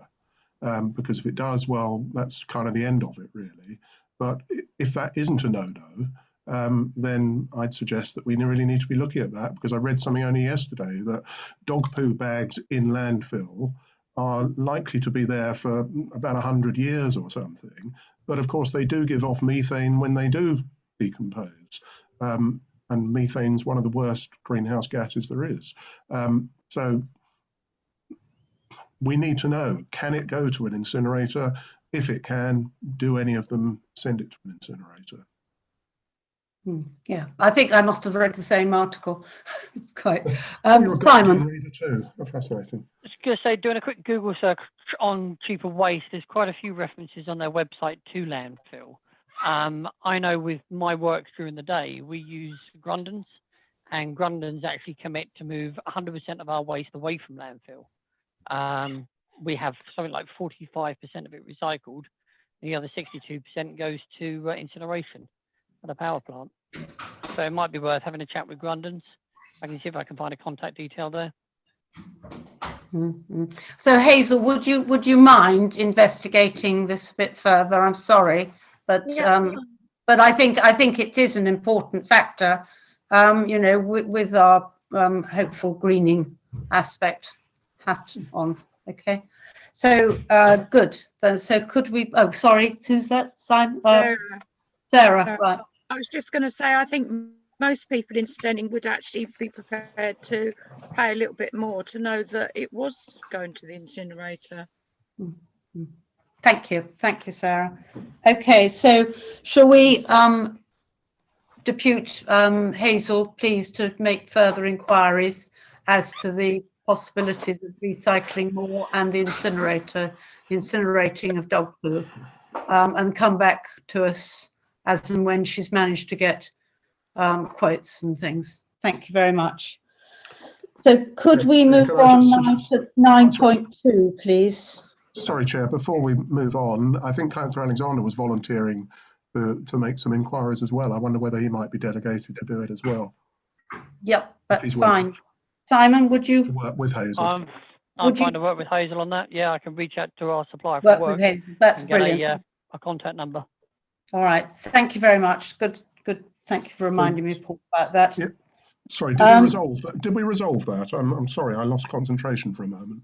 Sorry, Simon and Hazel are going to work together to do more investigation into whether the collection, the household collection, can be recycled or divided up into recycling, and also about the dog poo and the incinerators. Yes, sorry, Chair, I was suggesting that we needed to vote that delegation through. Oh, okay, that's fine. Well, then you propose it, Paul? Yeah, that's fine. Fine, I'll second it. So those in favour, please.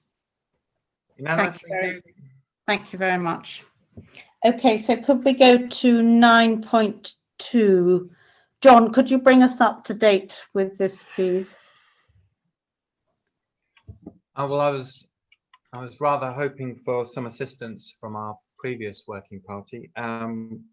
We up a working party to further discuss with HDC possibilities of securing our license or a license for the Fletcher's Croft play area and fitness area, to cover the fact that obviously we've developed these areas. They initially appeared fine, and in an email in, I think it was October 2019, were suggesting for a peppercorn rent to extend the license by 30 years. But there was, at the time when we were discussing it at this committee, or amenities as it was, a thought that maybe we could explore other ideas and thoughts on whether we might want to extend it or actually own rather than lease said space. So I think Paul and Rodney got involved with discussions with HDC. Maybe if they were able to bring us up to date with where that finished, and then maybe we could look to where we continue it on from there. Right, thank you, Paul. Yeah, can I just ask John a question through you first, please, Chair? Yeah. We've got a supporting paper here, 9.2.1. I'm just wondering why the date on it has been changed. This is an email purporting to be from Horsham on the 21st of October 2020. Now, John Loxley retired ages ago, and I've got a copy of it that's dated 23rd of November 2019. Through you, Chairman? Yes, Yeah. John. Yes, so correct. Yeah, as I said, an email at around, I said October, November time 2019. This was the email, but to put it out as a supporting paper in October 2020, which is when this was first on the agenda, we haven't really got round to it for some time.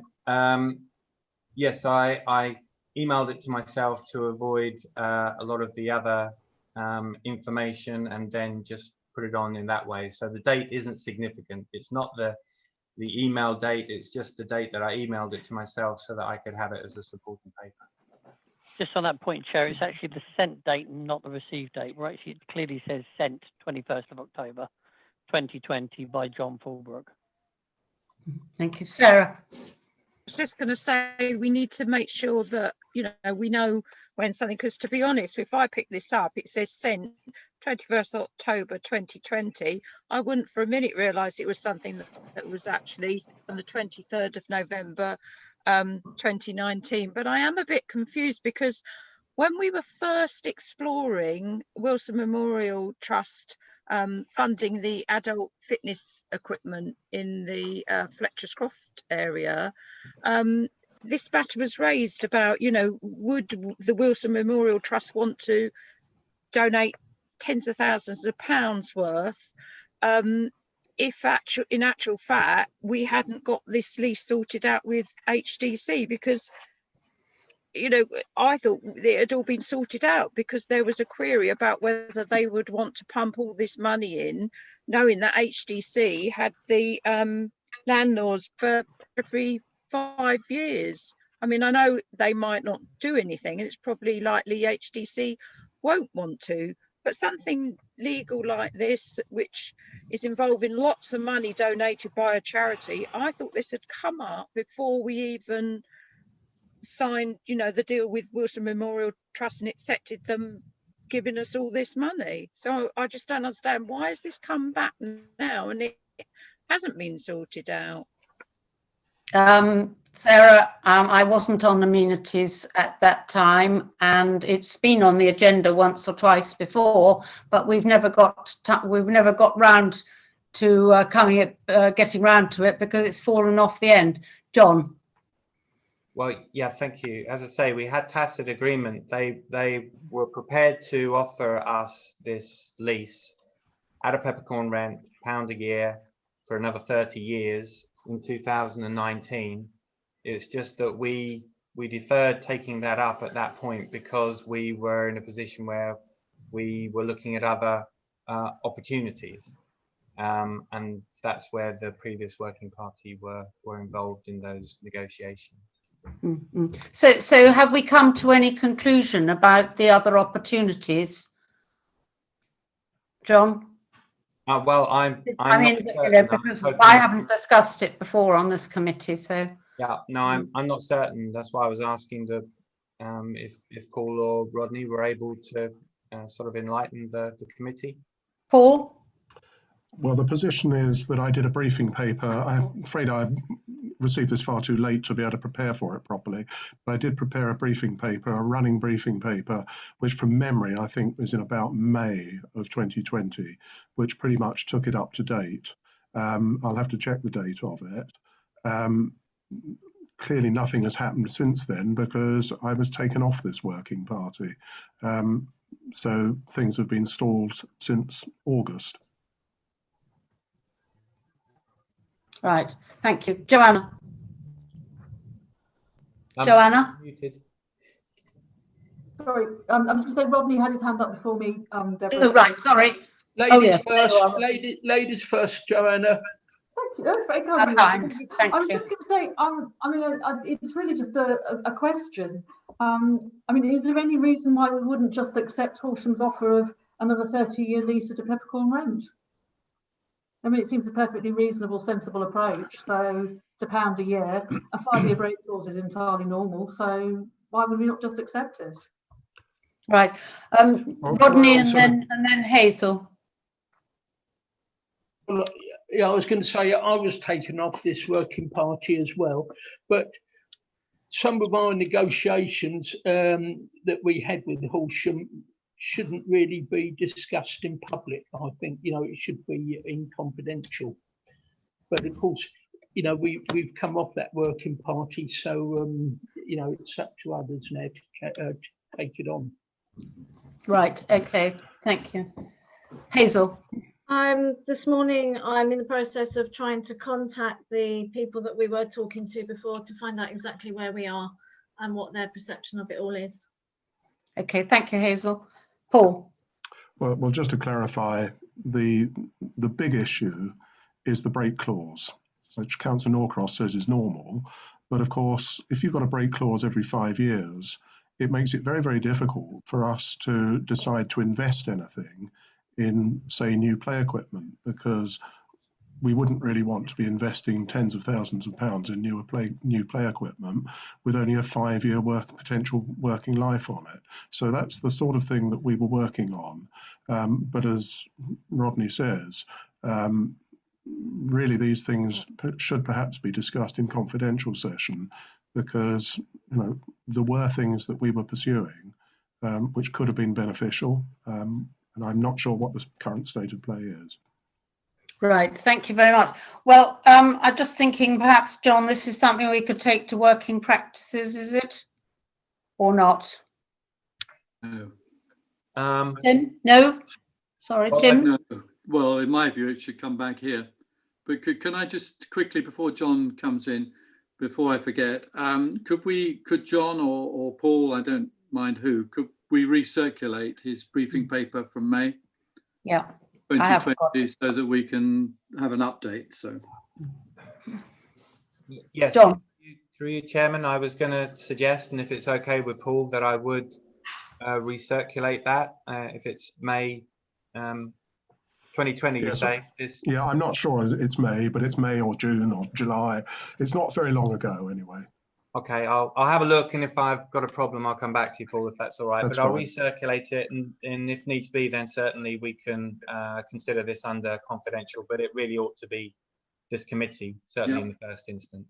Right, okay, John, thank you for that. So are we all agreed that that's what we do? We have the briefing paper circulated and we all inwardly digest, and then we could go into confidential session and discuss it at a future meeting. Do I have to propose that, John? Yeah, Hazel had a hand up. I didn't know. Oh, sorry, Hazel. Well, I can report back when I hear from the gentleman that they were speaking to before and see where he thinks it's got to. Yeah, okay, thank you very much. So shall I propose that that's what we do? What, delegate to Hazel?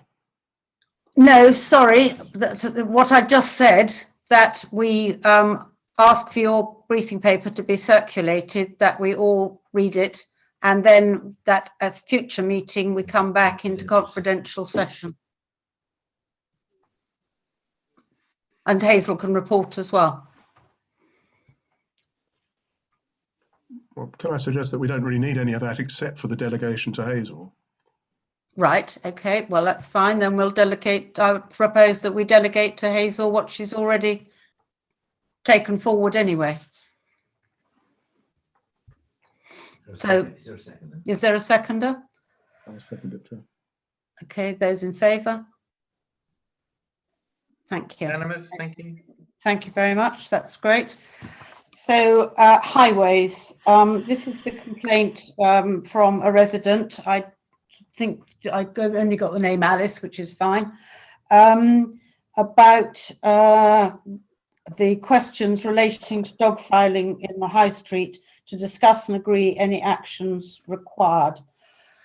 I mean, it's very difficult to know what to do to prevent this, because, I mean, obviously the high street is not patrolled all the time, and it is just difficult. And I know that the sweeper, road cleaner, deals with it every day. However, I think we need to come up with some suggestions of how we might be able to deal with this. So, Simon. I think when reading this, the whole thing smacks of the fact that we need CCTV in the high street. It's a project that's been on and off the agenda for years again.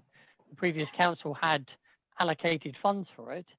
But I mean, with CCTV, high definition CCTV, you can actually see who the offender was, and at least the wardens could deal with it. But right now, once the dog has done its deed and the person has walked off, there's no way of dealing with this. Right, thank you for that suggestion. Sarah. I was actually going to comment and say, I don't know if you've got a little prompter, Councillor Hanson, but you could actually hear it just then. Was someone just prompting you then? No. Oh, no. Sorry, apologies. I thought I had someone say something. Several times before, Steyning Parish Council has run anti-dog fouling campaigns, and I can remember going around with spray paint, and you sprayed each dollop that you had on the pavement and everything. And I think we had the school children designed posters which educated people on the health hazard and actually reminded them that they can actually have a fine. But I think in actual fact, it's very much like you get some people who would just drop litter, and I think it's the same with the dog fouling. People can be very near to a dog poo bin. They can be very near to the sign, which reminds them that there is a fine. But unfortunately, reality is we don't have any authority who are likely to actually catch somebody. If they do catch them, they're probably, if they did end up in court, which is a slim chance, the fine is actually paltry. So there isn't really any deterrent to people. We know that when we had the CCTV camera in the children's play area on the MPF, actually directly onto the then picnic table, people would still do drugs right under the camera. And a lot of the problem we had, even if it was a good enough picture that you could actually perhaps identify somebody and the wardens could say, well, I've got an idea who that is, unless you could actually give them a very specific time, the first thing that they would say to you, if you said, well, it's happened after, say, midnight on a Friday night and 6 o'clock on a Saturday morning, their first response, quite understandably, was, we can't sit through that amount of footage to check who's actually done something. So realistically, I mean, there's a very, very small percentage of people who actually don't pick up. And I think because it's winter time, we've got an awful lot more dogs being walked along the pavements than we normally do. This lady, she did actually mention drugs as well. And I think if you look at our monthly wardens reports for antisocial behaviour incidents, we've got 2 lines now for dog fouling and then for alcohol stroke drugs. And I think with the dog fouling, it's only ever sort of 1 or 2, or quite often it's 0. And with the drugs, again, it's never more than sort of 1, 2 or 3 incidents, and that's for the whole month. I'm not criticising the wardens at all. I'm just saying that realistically, it's extremely difficult to actually catch somebody in the act. And if you do catch them in the act,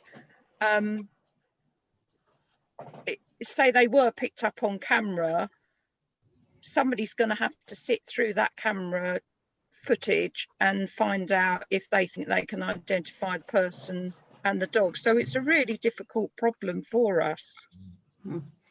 Right, thank you, Sarah. Tim? Thank you, Chair.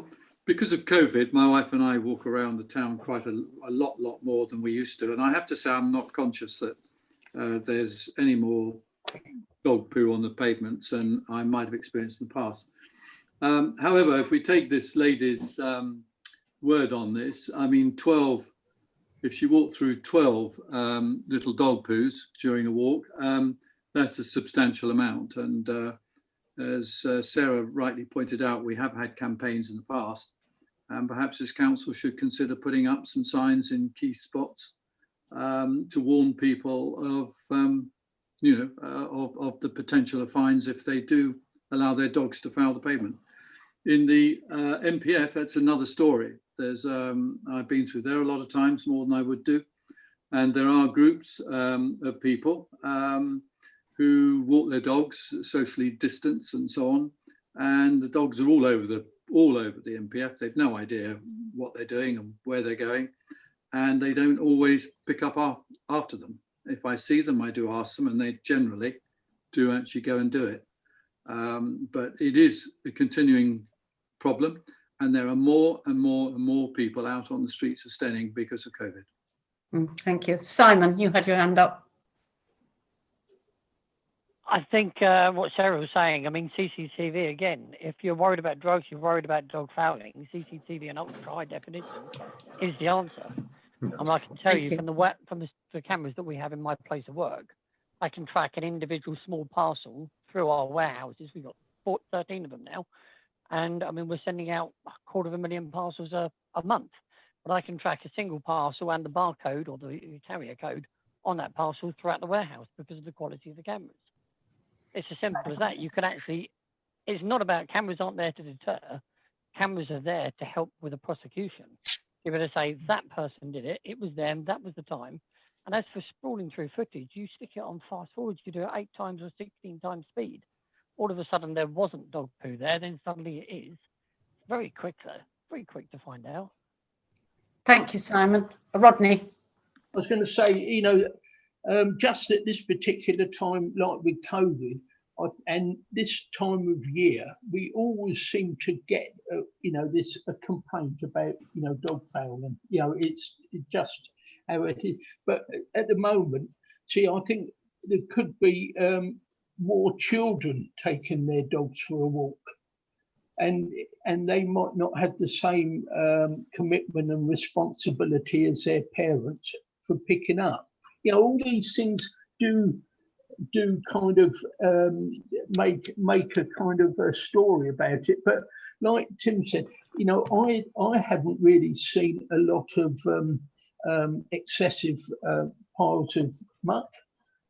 If it's in the High Street and Church Street, we've got our street cleaner that picks it up. So that, and he does it on a daily basis, like you said. So, if you want to go and look for it, I suppose they are there. But I think the majority of people are pretty pretty good at what they do, and we're always going to get this problem of the odd few people that let all the others down. You know, and other than putting signs up, which I don't think will make any difference, because the people that are going to abuse it won't be interested in signs. So I think it's a case of maybe you know, this Mrs. whatever her name is has said something about doing a campaign. You know, maybe you know, she might better come up with a few ideas. Thank you, Rodney. Sarah. I would just say, unfortunately, when we've actually done campaigns before, we haven't found there's been a reduction immediately after the campaigns. The other point is, I've got a completely dog-proof rear garden. I know even a Jack Russell couldn't escape from there, and yet I regularly do get, and it's not cat, it's not hedgehog, it's like a large dog poo, and I get it on the patio and I get it on the grass, and it's actually fox poo. And I do think up and down the high street, there is always, with the amount of eateries and the bins, there's always going to be traces of food, and we get an awful lot of foxes up and down the high street. So it might not necessarily be dog poo, it could actually be fox poo in actual fact. Right, thank you, Sarah. Paul.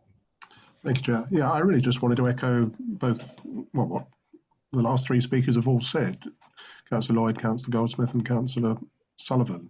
I've always felt that, from my observations, that Steyning is actually pretty good on the dog front, particularly out on the MPF. I mean, when you look at the huge number of dogs that we've got around, I think we do very well indeed.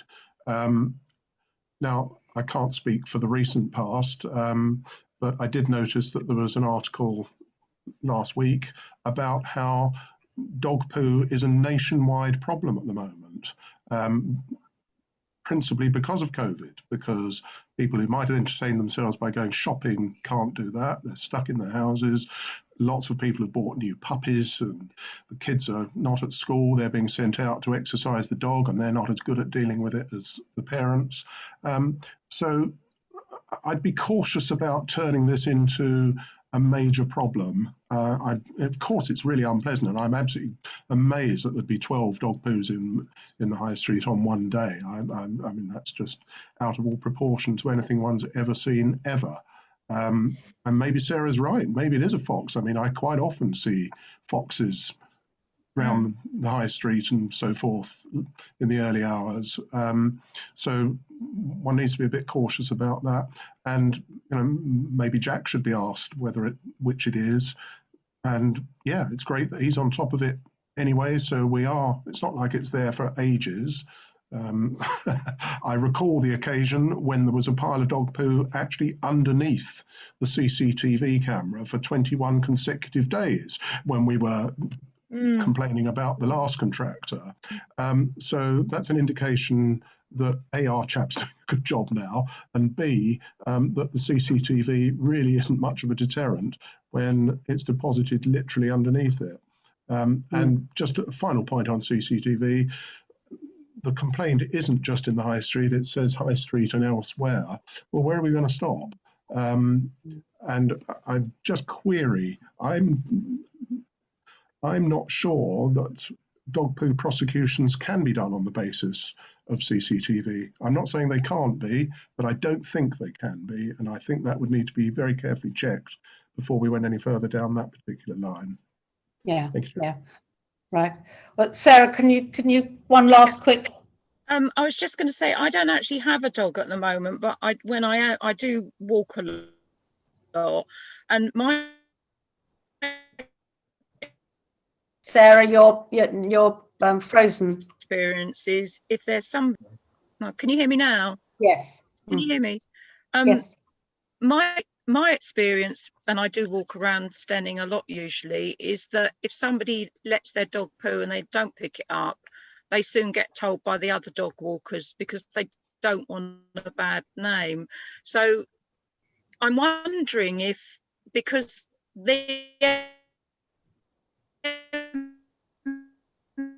Sarah, you're... PF is absolutely heaved. Can you hear me now? Yeah. Can you hear me?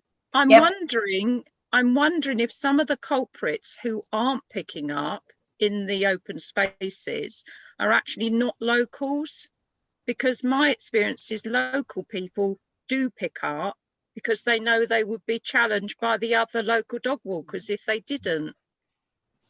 Right. Okay, Sarah. So are we fast coming to the conclusion that actually we think that there is really nothing much that we can do about this than to ask the street cleaner, as I think it was Paul suggested, that he tells us whether it's fox or dog. And I really don't think, I mean, we don't have a dog, but we often have fox poo and occasionally dog poo down the lane or in our fields. And we just deal with it. And I'm afraid that I think that's sort of pretty much what everybody else has to do. And if the street cleaner, as I said earlier, and Paul confirmed, is clearing them up every day, then I think you just have to learn to not walk into them. Sorry, Rodney, I'd like to move on.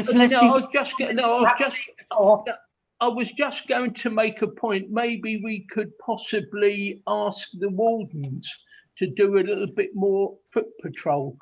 You know, the very fact of seeing them at different times is a deterrent, and for them, to kind of get back onto their what I call their pedestrian sort of patrols, especially in the High Street and Church Street and the areas. It's another thing, Okay, we could certainly try that. So well, I mean, really, there isn't an awful lot of conclusion to come to. I think everybody's said that it's a fact of life. It's not a good reply, but we have got a couple of points that we could say, John, haven't we? Yeah. To the resident. Okay, so could we move on now, please, to progress reports, please, John. 11.1. Yes, okay. Thank you, Madam Chairman. 11.1, clerk to pursue resolution to South Ash fence issue and effectively correspond with owner. I am in now fairly regular correspondence with the owner. We have provided a quote. Last time I had a discussion via email, suggested that the guy who completed the quote, who only produced it from the other side of the fence, if they would allow access, and really I can hand over details in the hope that this is pursued sooner rather than later. So she's just to come back to me on that one. So hopefully we're progressing that.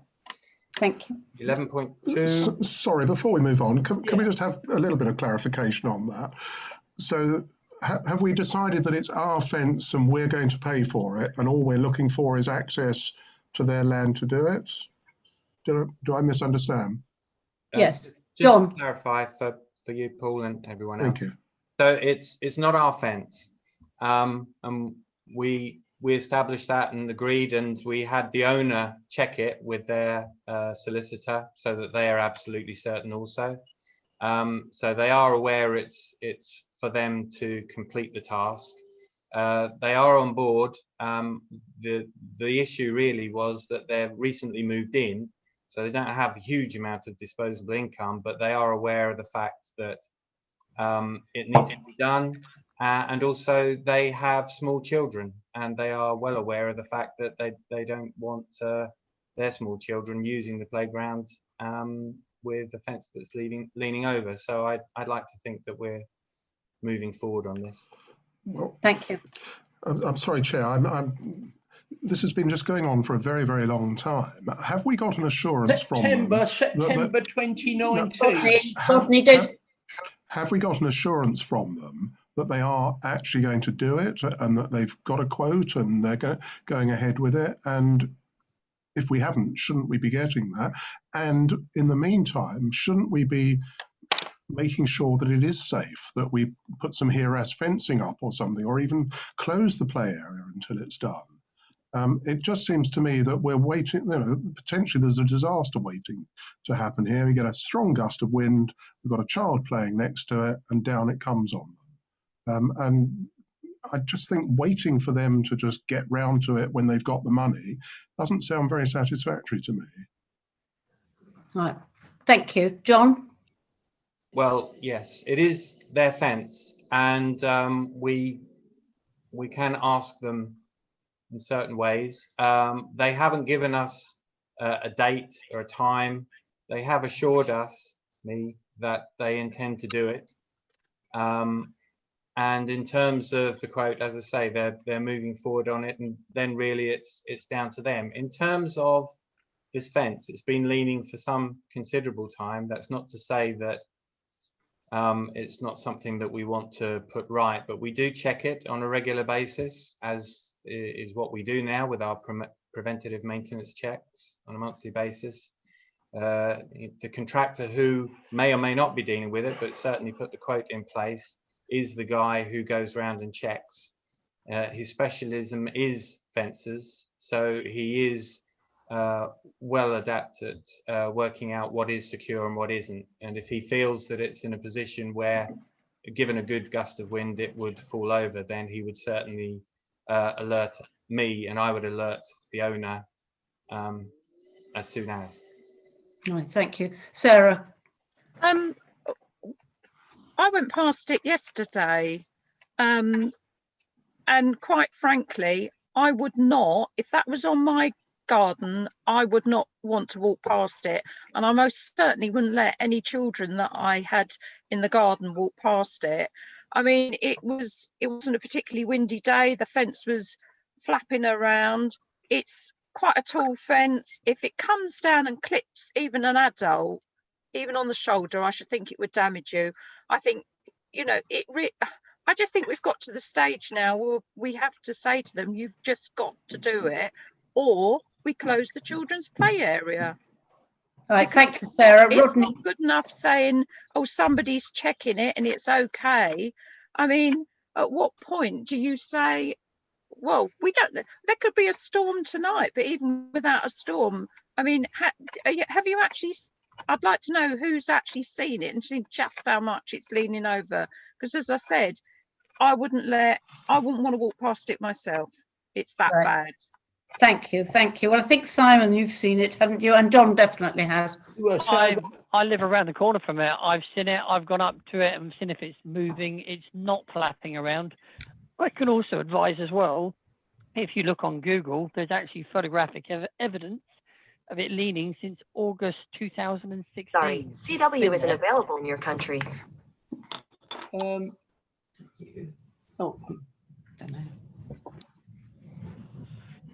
But yeah, no, I can say it's been leaning since August 2016 at least, or earlier, and I've been there, seen it. I've pushed the posts, they don't move. They are fairly solid. Yes, it's going over. What's causing it, I believe, is the plants that are on the opposite side of the fence that are just slowly pushing it across. But it's not going to come down. No. Tim? Thank you, Chair. Personally, I think there's a case for us closing the playground. I think it is dangerous, and I just think that our best course of action is to close it down, and we just start applying pressure on the householder to do something about it. And we don't want to end up in court with the chap, but I think we need to do it from a health and safety point of view. Yes. So John, do you think we could follow Tim's suggestion and close it meanwhile until it's been done? We could certainly do that, but we'd need to vote on it for certain. Yep, that's fine. That's fine. So, Tim, would you like to propose that? Excuse me, Deborah. I've had my hand up for 7 minutes. Oh, sorry. So, Rodney, actually, you have had about 3 talks on this subject, so could you just be fairly brief on this? I will be as brief as I can. Historically, I think if the records show that the parish council actually paid for that fence. Am I not right, Hazel?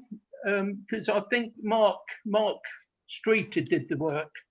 you told me once that he actually did the work on behalf of the parish council.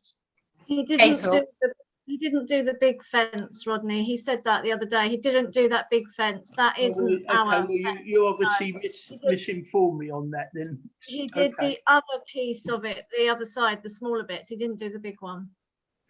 Thank you. Thank you for that. Tim, would you like to propose that suggestion that we close Well, I propose playground until we can persuade the Well, I propose that we close the. It's not Abbey Road, is it? What do we call it? South Ash. South Ash. I propose. Yeah, the proposal is that we close the South Ash play area for health and safety reasons, and until such time as the adjoining or abutting fence is put into a safe condition. Thank you. I'd like to second that. No, I'd like to make an amendment, please. If we're going to do that, we don't want to close this.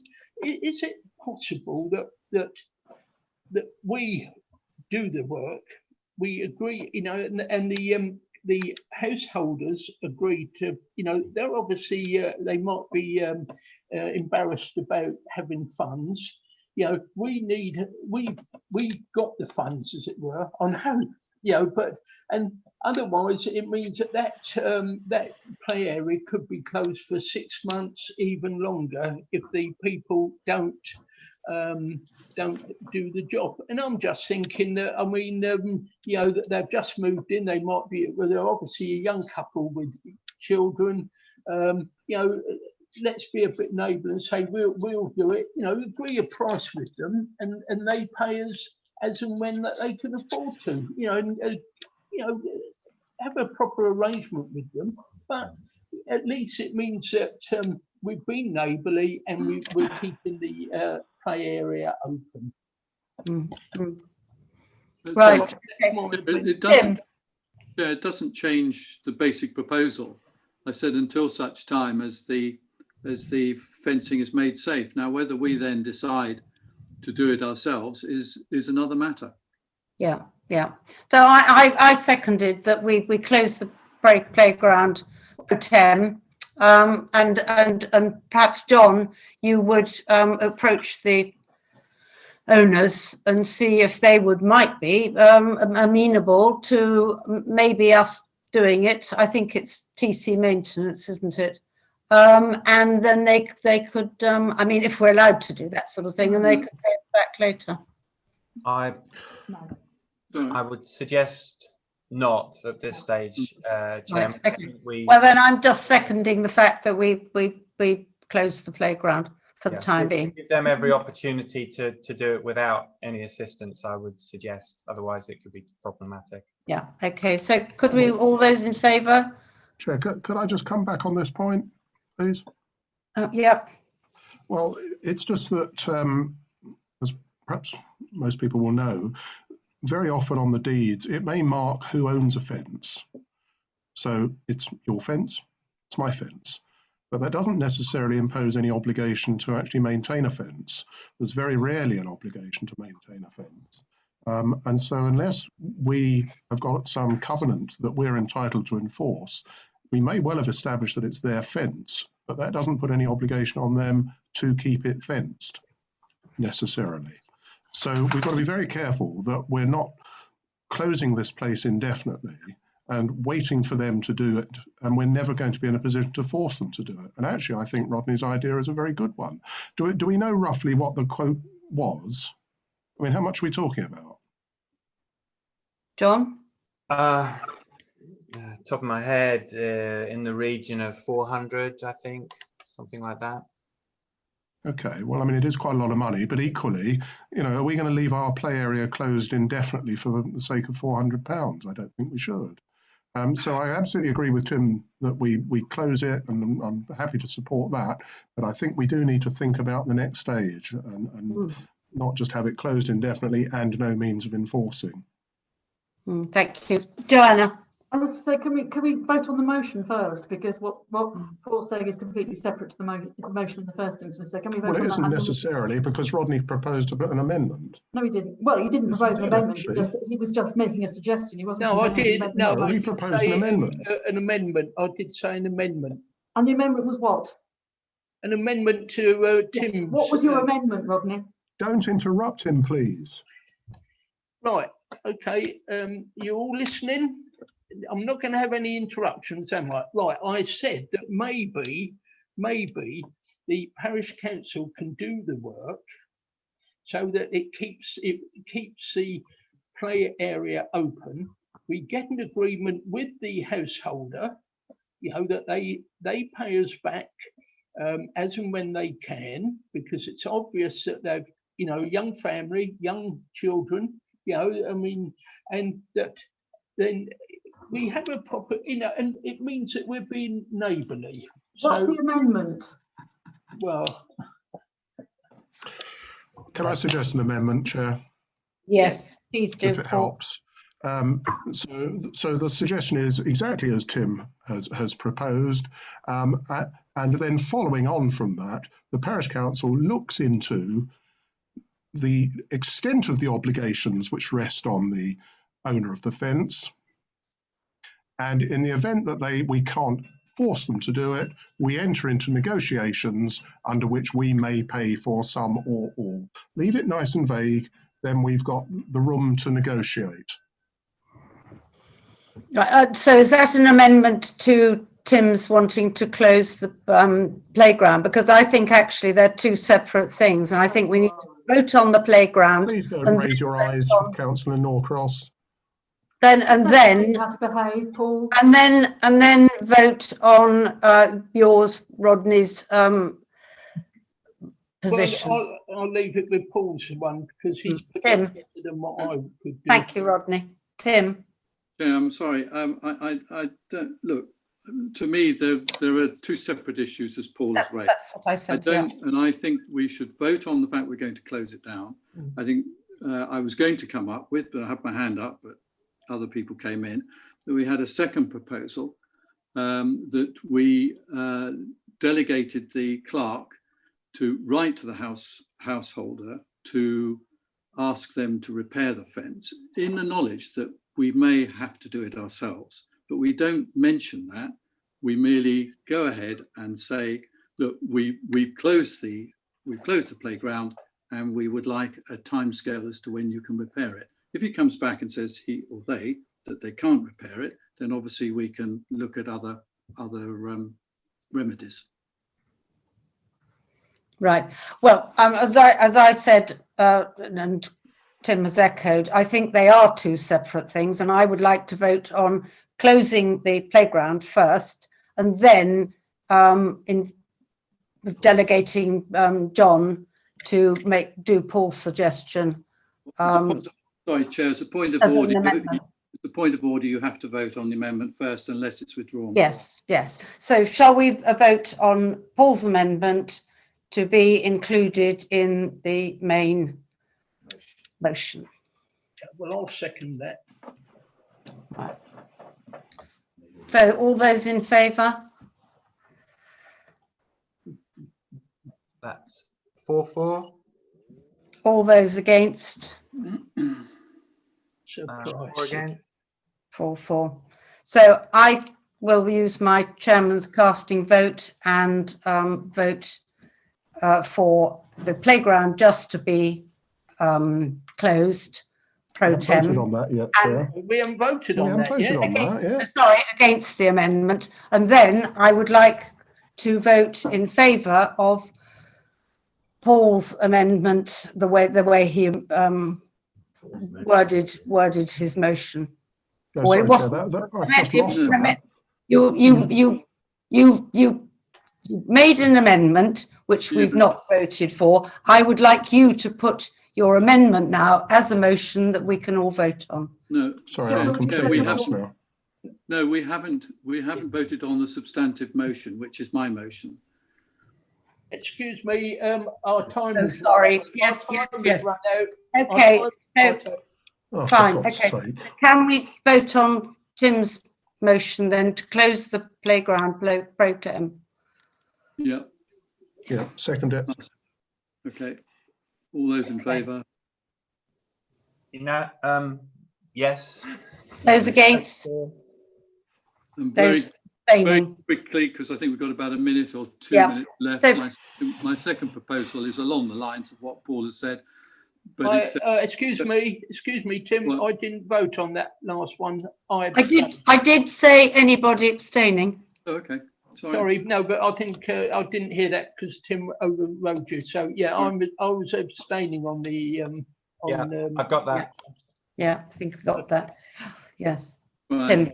My second proposal is alongside a little bit of what Paul said, is that we delegate the clerk to get in contact with the householder to ask him to repair the fence as there's a health and safety issue. I thought that had already been done. Well, if it Is that has, what John reported he'd already done? then we Yes. don't need. He has actually already done that, Tim. Sorry, I thought you were going to pick up on what Paul said about maybe I think we're saying things that we haven't agreed on, and we haven't looked at costs or anything. So I'm not saying that we don't do that, but we need to have the costs for doing it. All right. Well, could we then delegate John to investigate other ways of perhaps achieving the fence erection or repair or whatever with TC Maintenance and the owners of the fence, and come back and report to the next meeting, please? I thought that's what I proposed. Oh